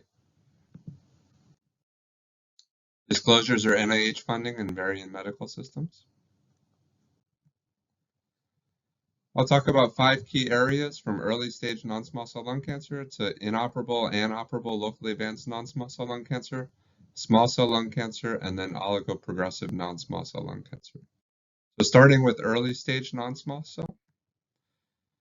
A lot of the story in 2023 was combining SBRT with immunotherapy for early stage non-small cell lung cancer. And there are several reasons to consider that combination. We know that immunotherapy combined with SBRT can be potentially synergistic because SBRT can be immunostimulatory. It can improve antigen presentation by antigen presenting cells. It can upregulate things like immunogenic cell surface markers. It can itself induce immunogenic cell death. It can increase homing of immune cells to tumor, recruit T regulatory cells, and then shift tumor-associated macrophages to more radiosensitive phases of the cell cycle. It can induce secretion of things like TNF-alpha, and then it could also upregulate surface cell expression of PD-L1. The current landscape of inoperable early stage non-small cell lung cancer is SBRT alone, but we know for surgical patients, there's a long history of giving adjuvant chemotherapy for that patient population for high-risk features, and now increasing use of both adjuvant and neoadjuvant immunotherapy to further improve outcomes. So why should we not consider the same for SPRT? Well, we historically have not done chemotherapy because of concerns of toxicity in this generally frail, older population for the inoperable patients versus the operable patients. Immunotherapy may be more safely combined with radiation than chemotherapy. It may help to reduce the risk of nodal and distant recurrences and support the high rate of local control already achievable with SPRT. And then again, there may be synergy between the two. So the three stories in this space were all publications, actually. The first, a little bit of a race of which group would be published first. This came from UCLA. This was published in the Red Journal, looking at a phase 1 trial of iSaber in combination with durvalumab for early stage non-small cell lung cancer. Relatively small group, but showed that it was generally feasible and encouraging outcomes. Another phase 1 trial, this one by UC Davis investigators, this published in Nature Communications, similarly showed when combining SPRT with atezolizumab, patients generally had favorable toxicity and encouraging early outcomes. The other trial published in the space, this was a phase 2 randomized trial. This was from MD Anderson, published in a prominent Lancet paper looking at SPRT in combination with immunotherapy versus SPRT alone in a cohort of about 150 patients. The addition of immunotherapy improved the 4-year event-free survival, and pretty significantly from 77% to 53%. Hazard ratio of 0.38 per protocol and 0.42 with intention to treat. No high-grade complications with SPRT. And relatively minor toxicities from immunotherapy, including no grade 3 pneumonitis, which is generally our concern when combining these approaches. Here you can see at the top the per protocol and then intention to treat at the bottom, both separating at about 6 months and being pretty significantly in favor of the combination of SPRT and immunotherapy. Supporting phase 3 trials is what the authors concluded. And there are a couple in the space, including the prominent Pacific 4 R2G Foundation trial that Cliff Robinson is the PI of. This trial is giving immunotherapy after SPRT completion. And then the SWOG NRG S1914 trial that myself and Megan Daly are the PIs of. And this is giving immunotherapy priming for 2 cycles, followed by continuing immunotherapy with the addition of SPRT. In inoperable locally advanced non-small cell lung cancer, the biggest story is this trial. This was presented at the ASTRO 2023 annual meeting. It was a prospective phase 2 trial looking at giving SPRT to the primary tumor followed by concurrent mediastinal chemoradiation for patients with locally advanced non-small cell lung cancer. Why do that? Well, we know the outcomes for unresectable locally advanced are poor. Even with the addition of durvalumab, local failure continues to be a predominant site of failure. And local failure drives new distant metastatic disease and is highly predictive of cancer-related poor outcomes, including brain metastasis and worse overall survival. So anything we could do to improve local control is critical in this patient population. We know that in the early stage patient population for SPRT, that is a way to improve the tumor outcomes by increasing the biological effective dose, therefore improving local control and overall survival. So could that same concept be done in locally advanced patients? Further, by replacing the conventional fractionation with SPRT, that could allow for tighter dose distributions around the primary tumor that can lead to less pneumonitis and other toxicities while having a higher biological effective dose and improving local control and therefore progression-free survival and overall survival. Here you can see an example of a patient we treated very tight isodose lines around the primary tumor. This was a phase 2 trial over 60 patients looking at all comers, central and peripheral primary tumors, as long as the primary tumor was not within 2 centimeters of gross nodal disease. Primary endpoint progression-free survival at 12 months. SPRT was given to the primary tumor pretty pragmatically in 3, 4, or 5 fraction regimens, then followed by chemoradiation to the mediastinum to 60 gray with concurrent chemotherapy. The toxicities we had previously reported in PRO just recently in 2023, and the toxicities were quite good. Grade 2 or higher pneumonitis, 23%, compared with the Pacific trial of 34%. Much less esophagitis than you would expect, less than 2% in our trial versus 7% in Pacific. no appreciable cardiac toxicity or other events. And then at ASTRO, we presented the outcomes. Josh Hudgeling was the presenting author. Had a median follow-up of over 3 years. 1-year progression-free survival was 63% across all patients. The trial started pre-PACIFIC findings, so some of the patients did not receive adjuvant durvalumab. The trial was amended partially through to allow durvalumab. Looking at patients who did get durvalumab, 70% was the 1-year progression-free survival. That compares very favorably to PACIFIC, that was 58%. Median progression-free survival was over 2 years, very, very good outcome. And then median overall survival for the whole cohort, 40 months, again, considering not all these patients received durvalumab. That supports the ongoing efforts and led to this trial. The national PI is myself, along with Josh Hudgeling as co-PI, NRG Oncology LU008. This is now actively accruing as of 2023. A phase 3 randomized trial looking at SBRT of the primary tumor, followed by chemoradiation to the mediastinum versus chemoradiation to all sites of disease per standard of care to 60 gray. The other trial in the inoperable space, this was presented at ASTRO 2023 as well. This was a phase 2 randomized trial out of Japan, looking at adaptive radiotherapy guided by PET-CT in patients with locally advanced disease. There have been other attempts at looking at dose escalation based on adaptive treatment. One prominent attempt was RTOG 1106, also Akron 6697. This was a phase 2 randomized trial looking at standard 60 gray versus doing a PET scan at mid-treatment and then adapting based on those findings. You could treat as high as even 80.4 gray in 30 fractions. Most people, or at least the median dose in the adaptive arm was 71 gray. So adapting smartly based on PET findings. And this was a modern study of IMRT, but no consolidated immunotherapy. Here, 127 patients were enrolled, presented at ASCO 2021. This study will be published in 2024, but in short, there's no significant difference in outcomes with the adaptive treatment. So how is it different now? The study from China that was presented at ASTRO looked at mid-treatment PET scan, as opposed to giving 60 gray all the way through, which was the control arm in the phase 2 randomized trial.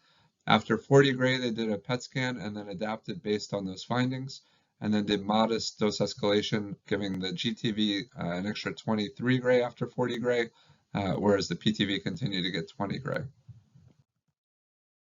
There was no difference in doses to most organs at risk, and therefore no difference in toxicities. That being said, here you can see the local regional tumor control at the top left, local regional progression-free survival, top right, progression-free survival, bottom left, and then the overall survival in the bottom right. The first 3 were all statistically significant. Overall survival, while numerically better, was not statistically significant. There, the P was 0.266. So take-home messages for that: shrinking field and simultaneous integrated boost, followed by guiding the boost based on the PET. Is safe, can be done, and can improve 2-year outcomes, including local to regional free survival, even progression-free survival, without increasing toxicity. And that warrants the justification for a future phase 3 multi-center trial. In inoperable locally advanced, there were 2 presentations at meetings. At ISLAC and ASCO in 2023, the SAC 1618 trial was presented. This was an ongoing phase 2 randomized trial looking at giving neoadjuvant chemotherapy and durvalumab, an immune modulatory radiation in patients with stage 3 node-positive non-small cell lung cancer. Here, patients received SBRT in relatively modest doses to the primary tumor after they had already received chemoimmunotherapy, and then would go on to get resection after the radiation, followed by continuation of durvalumab. At World Lung, the primary endpoint at 1 year was evaluated, and they specifically looked at the feasibility and safety analysis. Almost all patients had some toxicity, but in general, the toxicity is relatively minor. No 30-day mortality here. And then the R0 resection was very, very high, all but 1 patient. Pathologic complete response was very, very good. There it was 28%, including major pathologic response, and 76%, so much higher than we would typically have seen, supporting the continuation of the trial to a full 90 patients. Similarly, at ESMO, the LBA 60 trial was presented.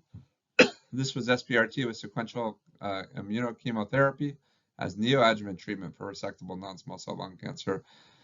We know that there are several phase 3 trials that have shown that patients with resectable non-small cell lung cancer can have improvements in major pathologic response by giving immunochemotherapy beforehand.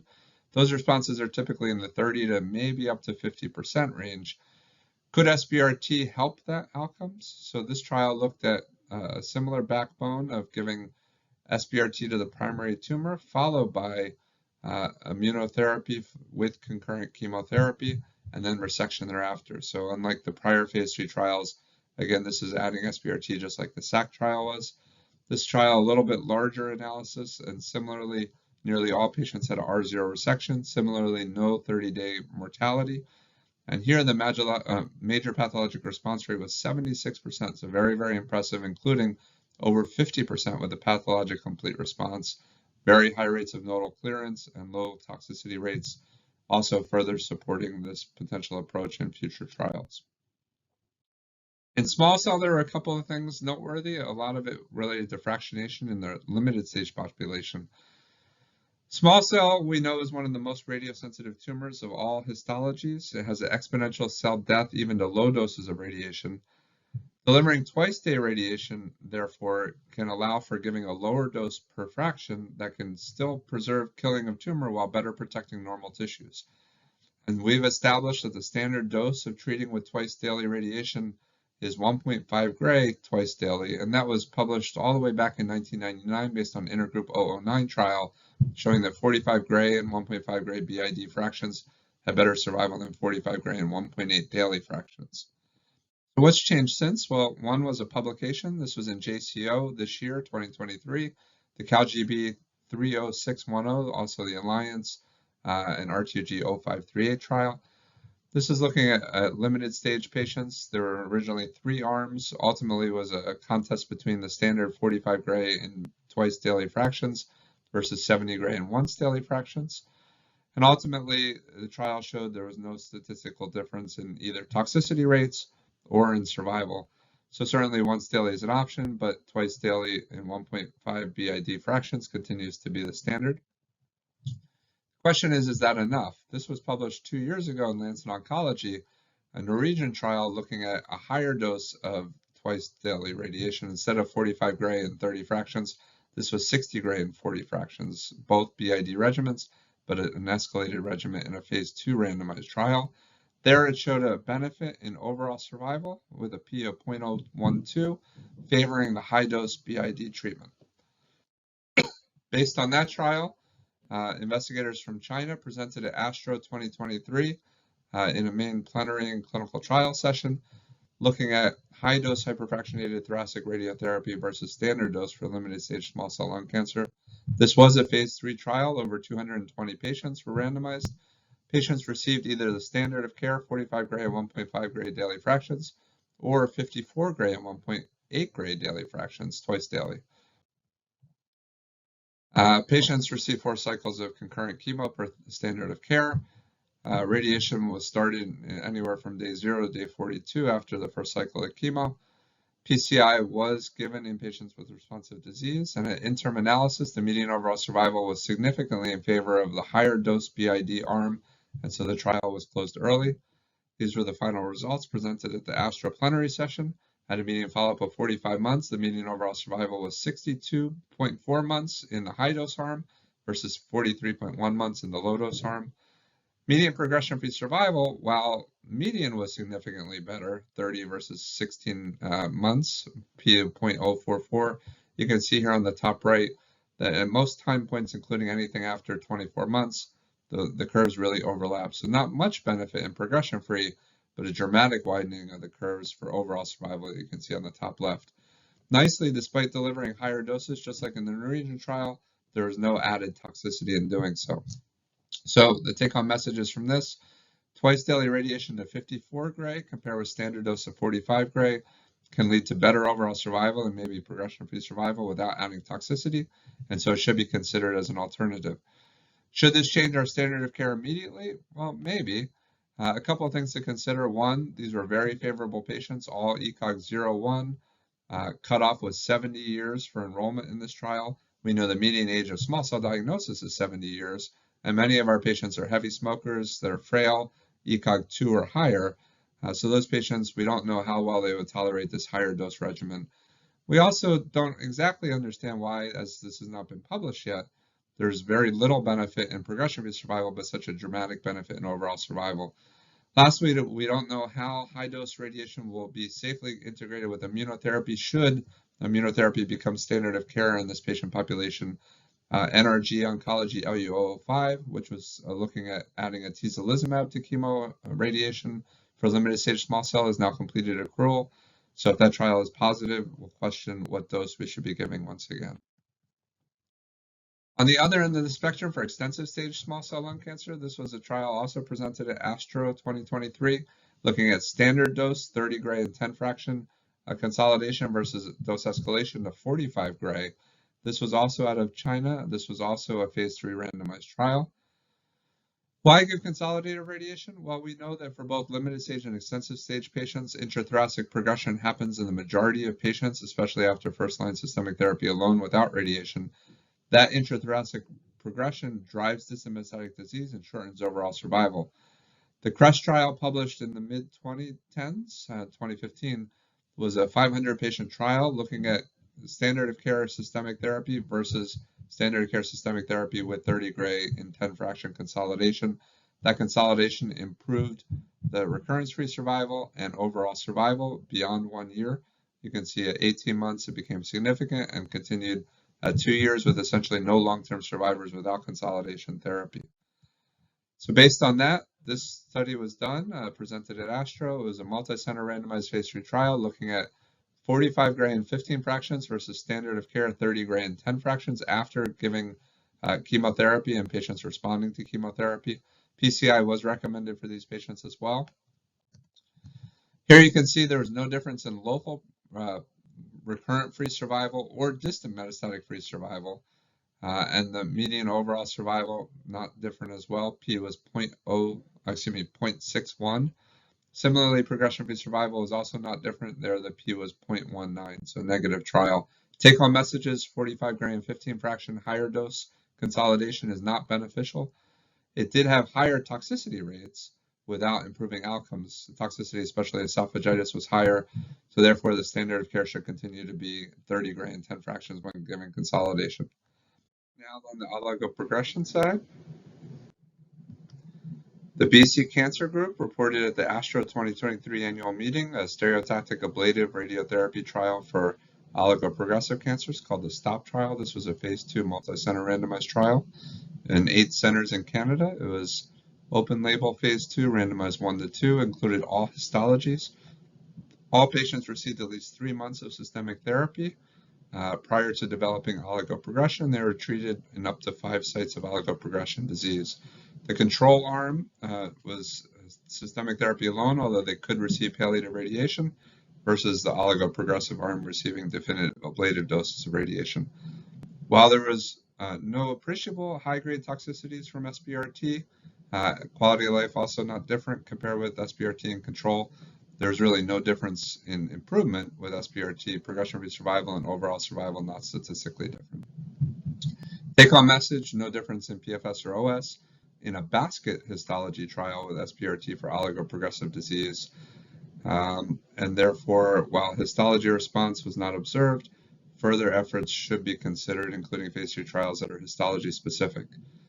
And just a prelude to what we'll see in 2024, this was published in the beginning of this year, so not quite the best of 2023, but an important trial for my colleagues at Memorial Sloan Kettering, a phase 2 randomized trial looking at consolidative systemic therapy with consolidative SBRT in patients with oligoprogressive breast cancer or non-small cell lung cancer. While there was no benefit in oligoprogressive SBRT for the breast cancer cohort, you can see on the bottom right is the progression-free survival curves for the non-small cell cohort, and there was a statistically significant difference, p-value 0.0039, suggesting that there could be real benefit in that patient population, warranting phase 3 future trials. So in conclusion, on the early stage non-small cell, we saw several publications all demonstrating potential synergy and well tolerability between SBRT and immunotherapy, including one phase 2 randomized trial showing an event-free survival benefit with SBRT with immunotherapy, supporting ongoing phase 3 trials in the same space that will assess for a survival benefit. On the inoperable locally advanced non-small cell side, we saw improvements in outcomes compared with historical controls when giving SBRT to the primary tumor, and that supports the ongoing phase 3 randomized trial NRG-LU008. Also on the inoperable locally advanced side, we saw that phase 2 randomized trial showed improvements in outcomes with adaptive integrated boost, supporting the development of a phase 3 trial. On the inoperable side, for locally advanced, the phase 2 trial showed surgery following neoadjuvant trimodality therapy was feasible and safe, supporting enrollment of additional patients. And similarly, another phase 2 study demonstrated neoadjuvant SBRT followed by immunochemotherapy is well tolerated and at high rates of pathologic response. On the limited stage small cell side, we saw an exciting and potentially practice-changing phase 3 randomized trial supporting dose escalation when giving BID radiation. On the extensive stage side, quite the opposite. We saw a practice-reaffirming phase 3 randomized trial supporting standard dose, not dose escalation, when giving thoracic consolidation.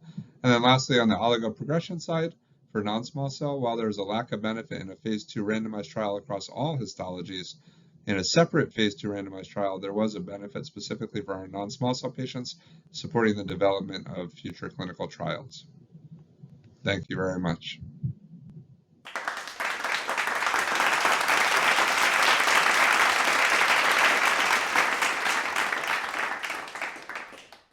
Hi, I'm Terri Conneran with KRAS Kickers, but I'm not here today to talk about KRAS Kickers. I'm here to talk about lung cancer for 2023 and how it worked out from a patient's point of view. I'm a 7-year lung cancer survivor. I've had 5 recurrences, and my perspective on the 2023 is progress. Progress is happening. Big news, small cell lung cancer is starting to happen. It used to be KRAS that's undruggable. Small cell used to be the kiss of death. Now they're starting to see that there's some progress being made in small cell. Big deal. There's going to be biomarkers evolving in it. You watch and see. As you're talking about biomarkers, when it comes to the rest of lung cancer for 2023, there was a lot of excitement, but not enough progress. Excitement in EGFR, RET, ROS1, BRAF, there's things that are coming. There's even MET amplifications that they're coming up with treatments for. We need to do better. In fact, we need to do better for KRAS. That's me. KRAS G12D, KRAS G12A. We're talking a whole group of people in lung cancer that still don't have any sort of a targeted therapy. Now, what do we care? Do we care the therapy's targeted or not? No, we want it to work. Target the cancer, that's all I care about. Precision medicine means precisely hit the cancer. I don't care if it takes radiation. I don't care if it takes a pill. If I have to do chemo, okay, fine. But whatever it takes, because we're trying to live. We need to get a life, and we need to be able to continue having a life. Our time, our lives are the biggest, most important commodity that we have. We're talking about a future. Many of us have children. Many of us have something that we want to be sticking around for. Weddings, grandchildren's, life next week. And so what that comes down to is it's not just the first treatment. We're talking about side effects. Living with side effects can be so hard. I'm still living with them. I still have pain from surgery. There's still implications from radiation. This is ongoing. Don't forget that this is not just a one and done treatment. This is a life commitment. But we're trying to have more life with the commitment. So keep pushing at it. Let us know about the clinical trials. Let us have the information. And most importantly, it starts with the best strategy, and that strategy includes biomarker testing across the board. All lung cancer patients should have it, because if we get excluded as a result of our first-line treatment, which should not be automatic, we need to stick around, wait for that biomarker, get the testing. And I'm talking to you. If you're not doing it, do it. Thanks so much. I'm Terri Conneran. Let's do what we can to kick cancer's KRAS, and don't be a crasshole.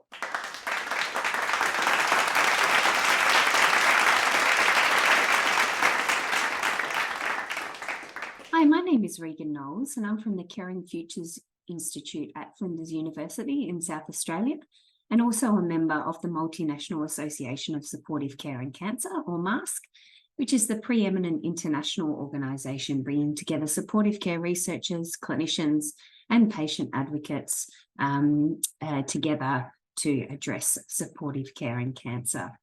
So on behalf of MASCC, our MASCC project team, I'm going to be presenting our work to develop consensus on the first set of ambition statements for the future of supportive care in cancer. That is the Supportive Care 2030 movement.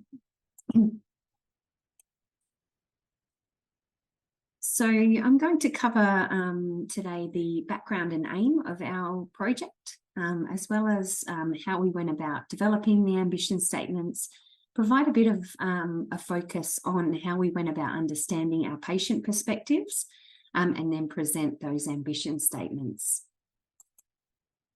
So this is our wonderful MASCC project team who conceptualised and steered the project from beginning to end. All are important members of MASCC, including multiple members of the executive team and patient advocates, and provide a range of expertise contributing to a comprehensive and robust process from the start of the project and throughout. So moving on to our background and aim. So as we all know, people affected by cancer experience a range of issues resulting from the cancer itself, as well as anti-cancer therapy. And these issues might be physical, emotional, psychosocial, or financial. These issues can affect quality of life, physical and psychological function, treatment adherence, and cancer outcomes. Therefore, supportive care is critical for all people affected by cancer, and inadequate support can lead to significant unmet needs and associated distress. However, despite the importance of supportive care, there remains inconsistencies in standards of care, and there's a lack of consensus regarding what's desirable in terms of the future of the state of supportive care. So the aim of our project was to develop a set of unifying, aspirational, futuristic ambition statements for where supportive care in cancer should be by 2030.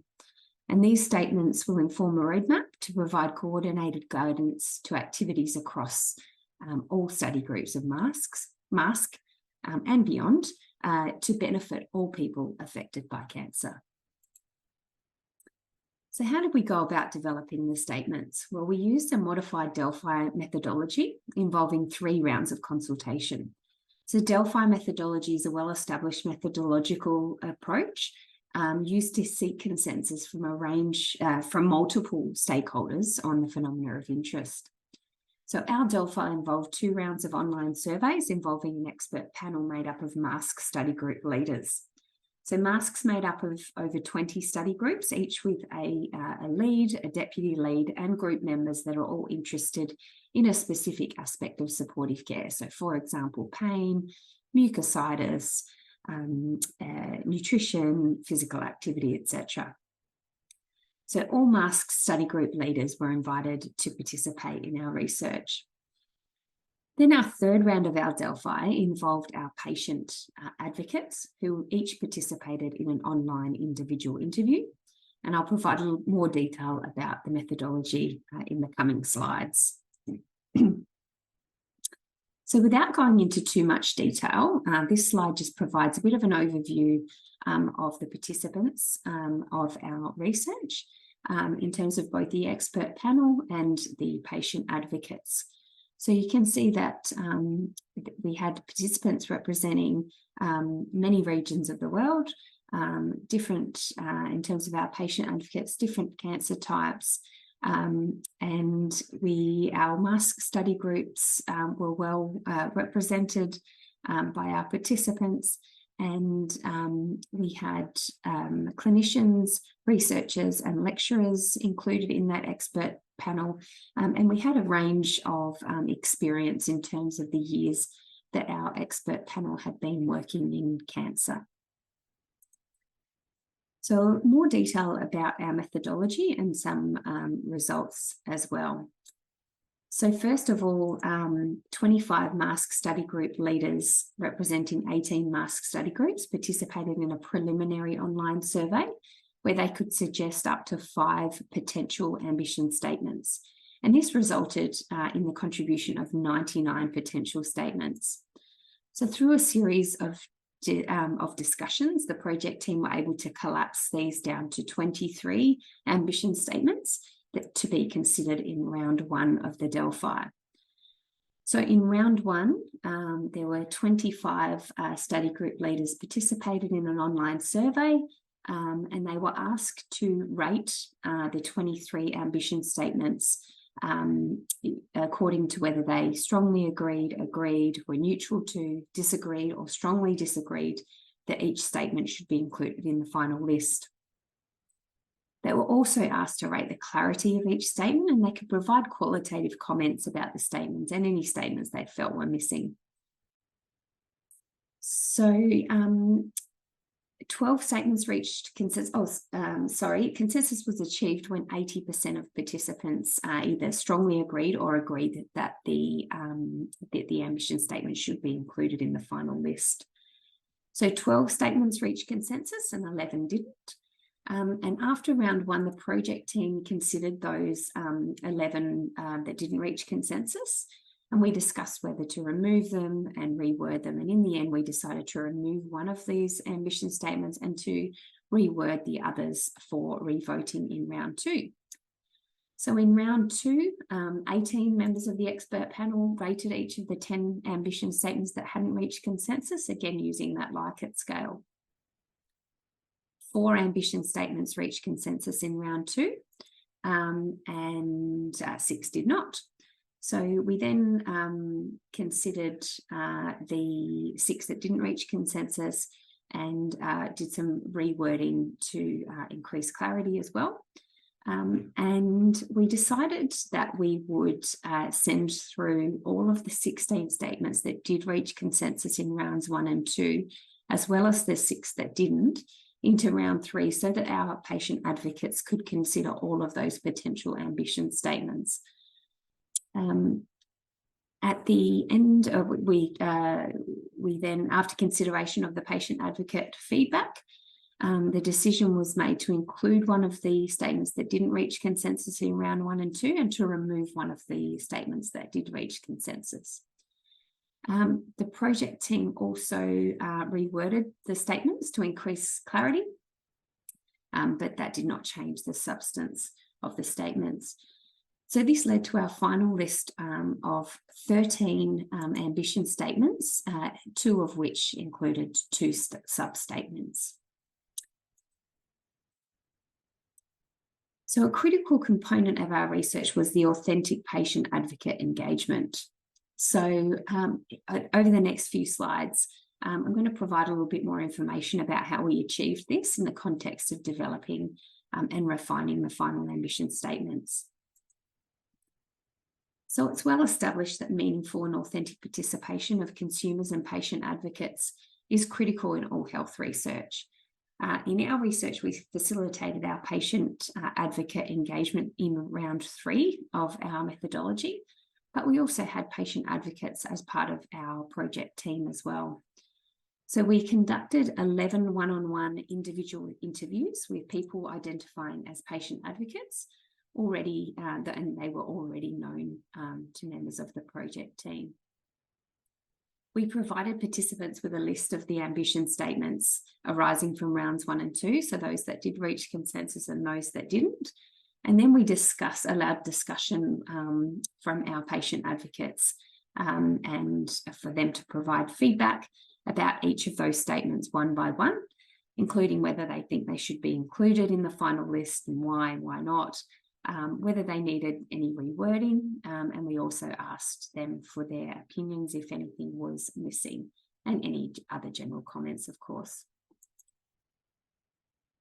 So from these interviews, 4 themes emerged, and probably the most well-discussed topic was this first one here about it was really important for patient advocates to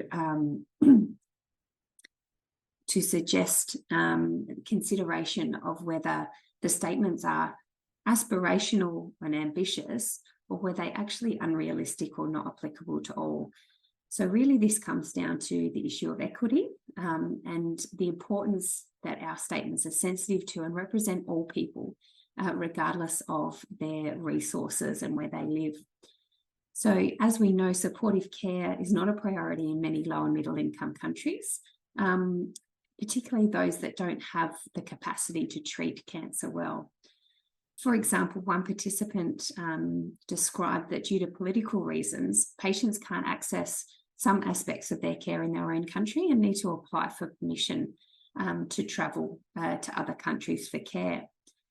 In this country, there's only 2 oncologists for up to 8,000 cancer patients. Some chemotherapy is available, no radiation is allowed. So this patient argued that the statements regarding accessibility is not relevant and needs to be changed to address that accessibility is different depending on resources and the areas in which people live. The patient, this patient was the founder of a service to improve access to care and had stories of very small, relatively, wins, demonstrating that despite enormous barriers, such people continue to try to improve things for others. Another example was the stigma of cancer that we still see in some countries. So where wives will hide their diagnosis from their own husbands for fear that they'll be left, and daughters may not be able to find a partner because they're also tainted by this stigma that they'll also end up with cancer.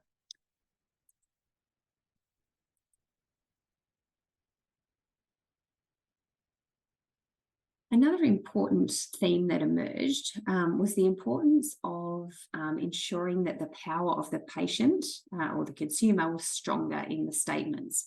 So less passive, more active language. So we want to activate and empower rather than receive care.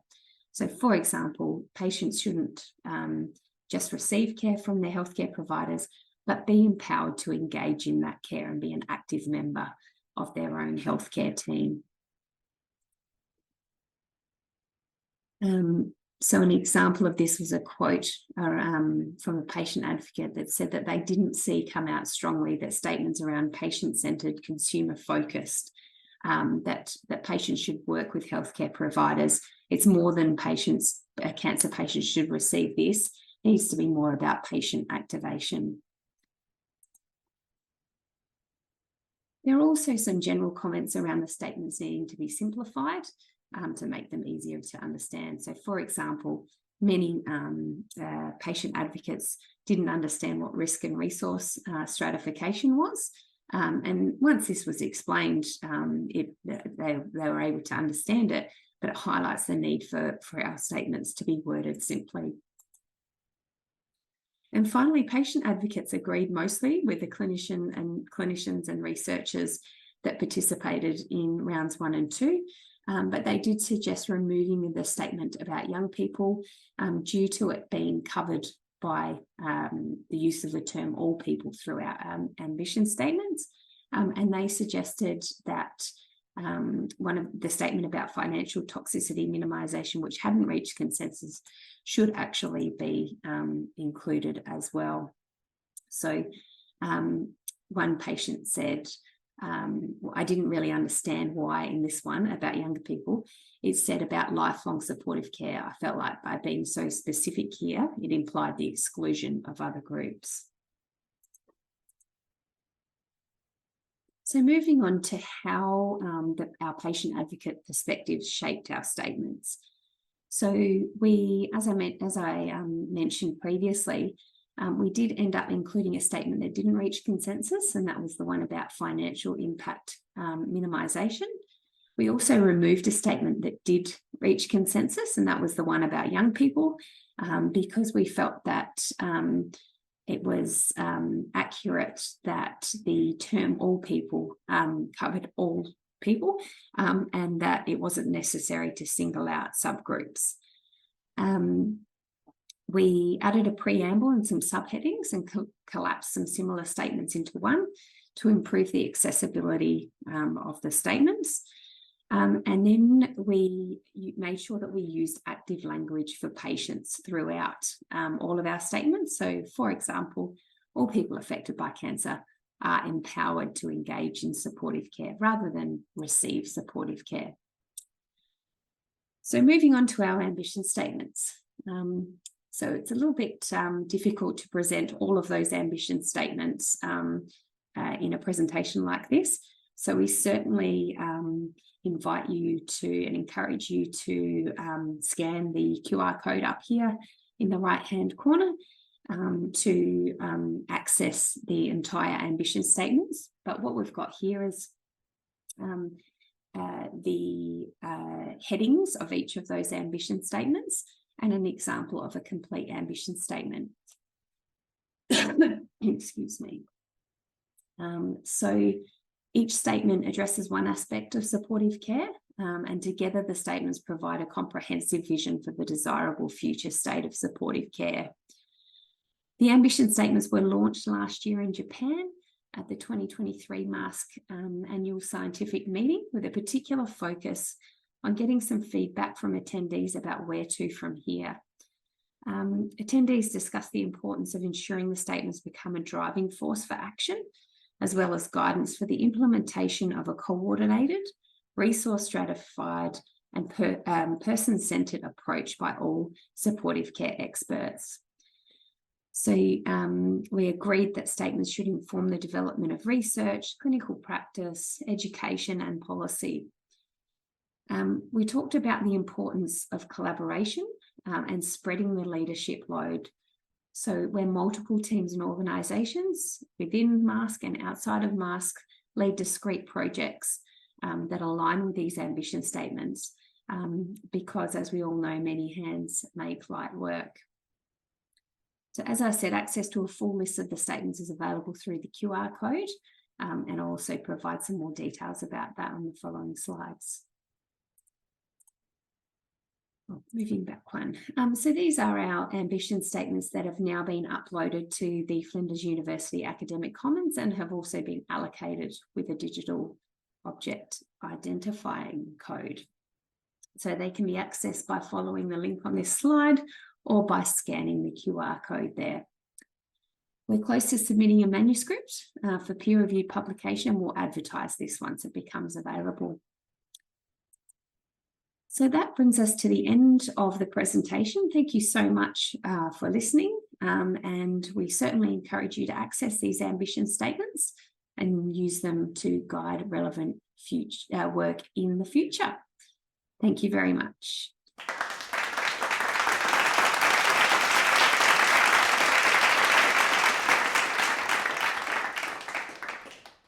Hello everyone, I am Dr. Prabhat Bhargava, Associate Professor in the Department of Medical Oncology at Tata Memorial Hospital in Mumbai. I will be speaking about cutaneous toxicities during cancer treatment. So my agenda will consist of the multitude of cutaneous toxicity issues which can occur during cancer treatment, hand-foot syndrome, management of hand-foot syndrome, a brief about hand-foot syndrome skin reaction, and immune-related skin toxicities. So cutaneous issues during cancer treatment can be due to the cancer itself, which can be the metastatic tumor involvement of the skin or paraneoplastic involvement because of the cancer. It could be exacerbation of the previously existing skin condition due to underlying skin infection, which can be exacerbated post-chemotherapy, adverse event of the cancer drug or cancer treatment like radiation itself or chemotherapy, or it could be simply nutritional disorder or deficiency due to increased cell turnover during the cancer treatment. So a cancer issue, cutaneous issues during systemic treatment, which we commonly we see come into our day-to-day practice, are alopecia, acneiform reactions due to anti-EGFR or MEK inhibitors, cutaneous immune-related adverse events, hand-foot skin reaction induced by multi-targeted TKIs, extravasation injury from the cytotoxic vesicants, or toxic erythema of chemotherapy like hand-foot syndrome. So moving on to hand-foot syndrome. which is in short called as HFS. And other acronyms are acral erythema, palmar plantar erythrodysesthesia, toxic erythema of palms and soles, and Bergdorf's reaction. Drugs causing HFS are plenty of them, but it is more common with capecitabine compared to 5-FU, with pegylated doxorubicin compared to doxorubicin, among toxins more with docetaxel compared to paclitaxel. Other drugs, it is less common in with other drugs. It is rarely we would have seen with high dose methotrexate also. Pathogenesis of HFS is largely unknown. However, it is thought that among these could be one of the mechanism of action, or many of them together. It could be direct toxic effects of the chemotherapeutic agents on the eccrine sweat glands in the palms and soles, which are more concentrated on the palms and soles. Unlikely that it could be due to type 1 IgE mediated allergic reaction. It can be there is more conversion of capecitabine to 5-FU due to thymidine phosphorylase enzyme, which is significantly greater in the skins of palms and soles. It could be due to COX-2 overexpression or inflammation, which is caused by the repeated microtrauma in the palms and soles. Clinical presentation. HFS normally develops within 1 to 3 weeks after chemotherapy administration, but can occur sooner, up to even 5 to 7 days within use starting of capecitabine. It usually presents with tingling sensation starting from the fingertips, followed by edema and tenderness, followed by symmetric erythema of to pallor, blister, and rarely to desquamation at times. Quality of life is deteriorated due to associated pain. It also there is limited limit. It limits to daily activities, like can be inability to walk because of this HFS in the palm and the soles, or grasp objects due to HFS in the palms. Loss of fingerprint, especially patients who are given capecitabine for a prolonged period of time, has been reported. There has been rarely decreased sensation of pain and temperature, query due to small nerve fiber neuropathy. Grading of HFS as per CTCAE version 5. Grade 1 is minimal skin changes or dermatitis, erythema, edema, or hyperkeratosis, but without pain. Skin changes like peeling, blisters, fissures, bleeding, edema, or hyperkeratosis with pain, and thereby limiting instrumental ADLs like preparing meals, shopping for groceries or clothes, and using telephone and managing money. Or grade 3 is like severe skin reaction like peeling, blisters, or bleeding, fissures, edema, or hyperkeratosis with pain, and limiting day-to-day self-care activities. Coming on to management of HFS. Management, no randomized control trial has shown efficacy in management of the. So the best management is to interrupt the drug or modify the dose in subsequent cycles for patients who have developed grade 2 or 3 HFS, and switch to alternative regimen if one is available. If you don't want to reduce the dose, on an alternative regimen is available. Supportive treatments can be given for easy early healing, like wound care, emollients and topical keratolytic for hyperkeratotic areas, analgesics for better pain control. Rarely topical corticosteroids can be given in case there is excessive inflammation. HFS otherwise itself resolves within 2 to 4 weeks after discontinuing the culprit drug, and but healing frequently involves superficial desquamation of the involved areas. There are no long-term sequels. Occasionally, palmoplantar keratoderma may develop as a result of long-standing HFS. Moving on to prophylaxis, if there is no management, can we at least reduce the incidence of HFS? So there was a randomized study conducted at our center where 280 patients who were planned for capecitabine therapy were randomized to standard information about HFS care or to a structured teaching module by oncology nurse at regular intervals, with the primary endpoint that this intervention by re-emphasizing teaching this patient by an oncological nurse at regular intervals during their course of capecitabine will reduce the incidence of grade 2 HFS. The structure module were what all supportive measures that we could think about as based on the hypothesis of the pathophysiology of the HFS, like taking cool showers, cooling hands and foot with cool running water for 15 to 20 minutes, using emollients 3 to 4 times a day, padded surface to sit or sleep, loose fitting clothes, so there is no friction, wearing soft staples, early recognition of calluses and thick nails and thereby removal of them, avoiding leaning on elbows or knees over for extended period of times, avoidance of strenuous aerobic jogging and racket sports, walking for short periods of time, avoiding activities where the tight grip was required, limiting exposure to hot water during routine activities, avoidance of sun exposure, limiting exposure to harsh chemicals, and avoiding tight toe rings or bangles were instructed to those patients. In spite of instruction in all this, the grade 2 HFS, which was the primary endpoint, was almost similar. In control arm, it was 26% of the patient. In patients who were given this structured teaching, it was 28%. So almost the same, and the study could not meet its primary endpoint. There was no reduction in grade 2 or beyond HFS. All grade HFS was also 96% in the control arm, and in fact, it was almost the same to 97% in the experimental arm. So can we give some intervention to prophylactic intervention which can reduce the incidence of HFS? So many multitudes of interventions have been tried. Worthwhile noting is that celecoxib in a randomized control trial has shown to reduce the incidence of HFS from 74% to 57%. But the drawback of this trial is that it was not a placebo controlled trial. So it is possible that in patients in control arm would have taken celecoxib, which is easily available over the counter.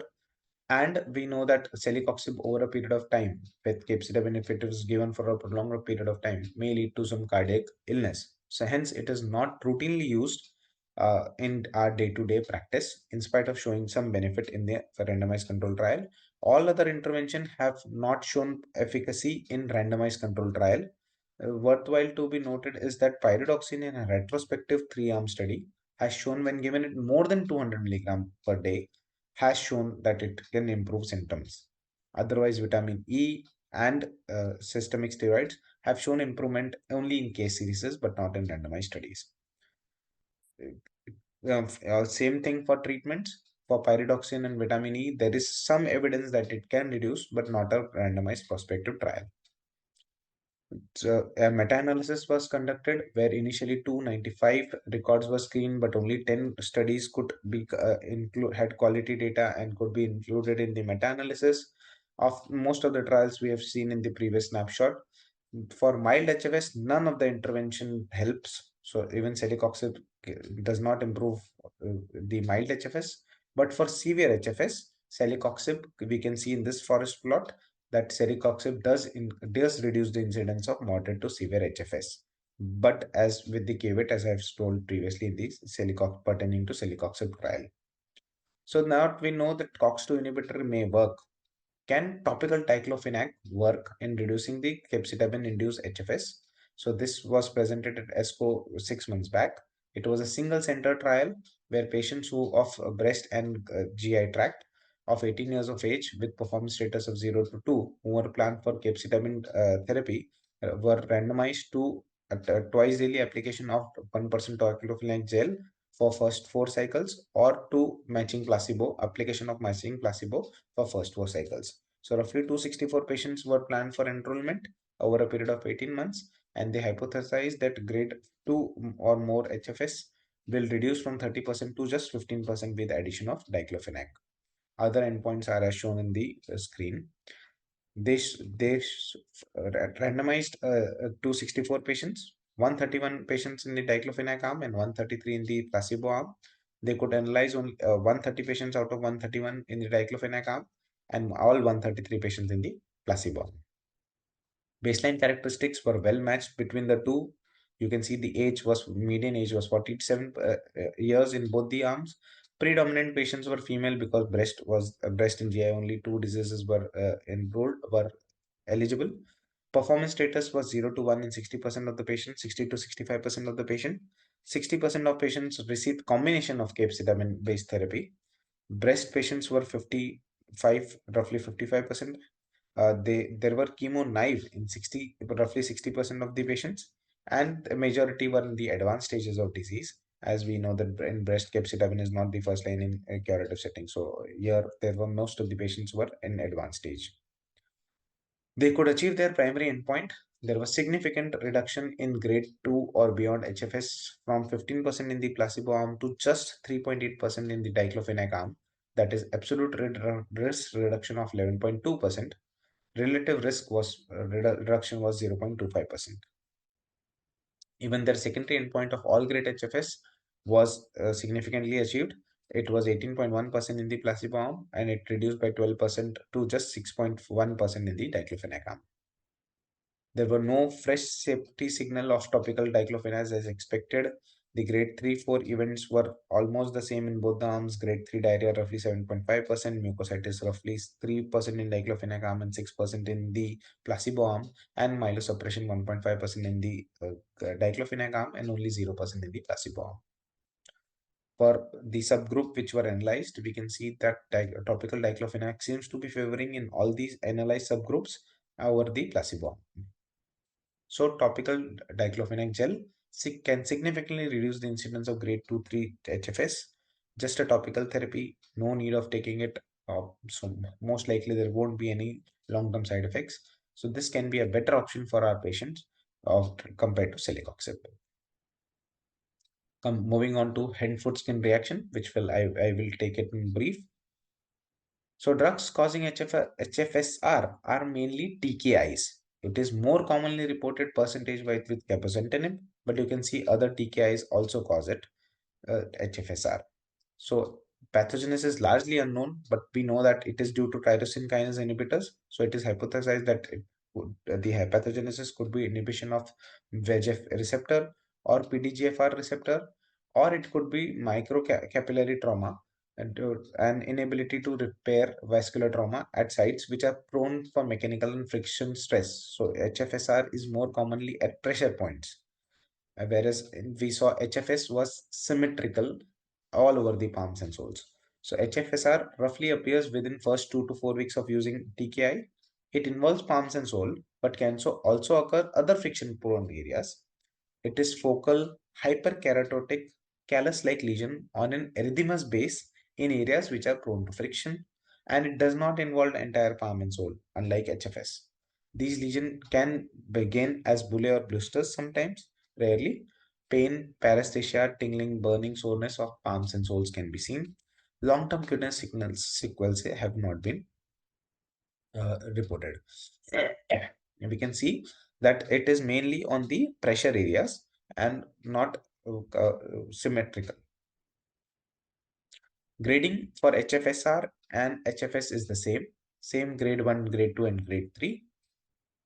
Management of HFS are as HFS, there is no randomized trial which has shown benefit and treatment of HFSR. So obviously drug interruption or dose modifications remains standard of care, or if there is an alternative regimen available, we can switch over to it. Topical steroid only in severe cases, and 10% urea cream can be used, and painkillers which can be either topical or systemic. Can we give something prophylactically for HFSR? Yes. In a randomized trial, patients of hepatocellular carcinoma who were planned for sorafenib, roughly 880 patients were randomized to only supportive care with sorafenib versus supportive care with sorafenib plus 10% urea cream prophylactically, and they could achieve that their primary endpoint of 12 HFS, all grade HFS at 12 weeks was reduced from 74% with just supportive care to only 76% if you use prophylactic 10% urea based cream. It was statistically significant. Even more than equal to grade 2 HFSR reduced from 29% to just 21% with a p-value of less than 0.004. So authors concluded that 10% urea containing cream can significantly reduce the appearance of HFSR compared to doing no prophylactic treatment. Moving on to cutaneous immune-related adverse event. As the name suggests, it is caused by immunotherapy drugs like CTLA-4 inhibitors, anti-PD-1 or anti-PD-L1, and mechanism is that the T cells activation enhances the host anti-tumor response, and this can result in generalized or tissue-specific inflammatory responses.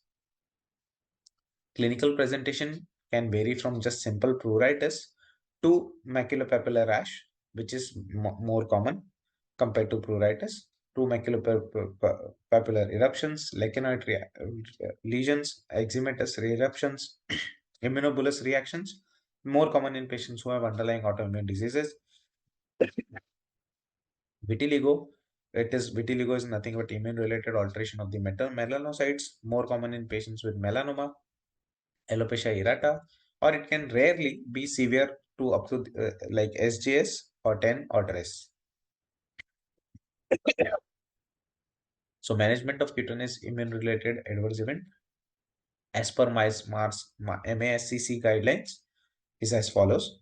Let's concentrate on first maculopapular rash. If it is just grade 1, then just topical steroids or oral antihistaminics are required, and reassess patient after 2 weeks. If we do not improve, then we have to proceed to next step. If it improves, then we can continue checkpoint inhibitors at the same dose. In grade 2, when up to 10 to 30% of the body surface area is involved, topical steroids and or oral histaminics are to be given, and or oral steroids can be added. And again, reassess patient after 2 weeks. If symptoms improve, you can continue ICI at current dose. If it does not improve, then you have to escalate to step 3, which is commonly required for grade 3 HFS, where topical steroid and oral antihistamine, you even add oral steroids. For pruritus, treatment is almost similar like maculopapular rash, topical steroids, but here you even add patients or topical antipruritic drugs and oral pregabalin or other drugs to relieve and histamine release. Psoriasiform rash, first in grade 1 you just give topical steroids, but in grade 2, or if it does not improve with just topical steroids up to 2 weeks, you add other medications, and you add up to methotrexate or cyclosporin in grade 3 reactions. In grade 3, you re-challenge drugs only once the immune-related cutaneous effects come back to grade 0 or grade 1. For bullous pemphigoid, you even add in grade 1, sometimes even oral doxycycline can be added followed by in grade 2 itself, you add oral steroids, and you can even add up to methotrexate or mycophenolate mofetil. And if beyond all this in grade 3 does not respond, then you have to check the serum level of IL-6 and IgE and accordingly give patient with tocilizumab or other infliximab or other medicines. Thank you for your patience listening. I will be happy to solve your doubts further. My Twitter handle is @Bhargava611. Thank you.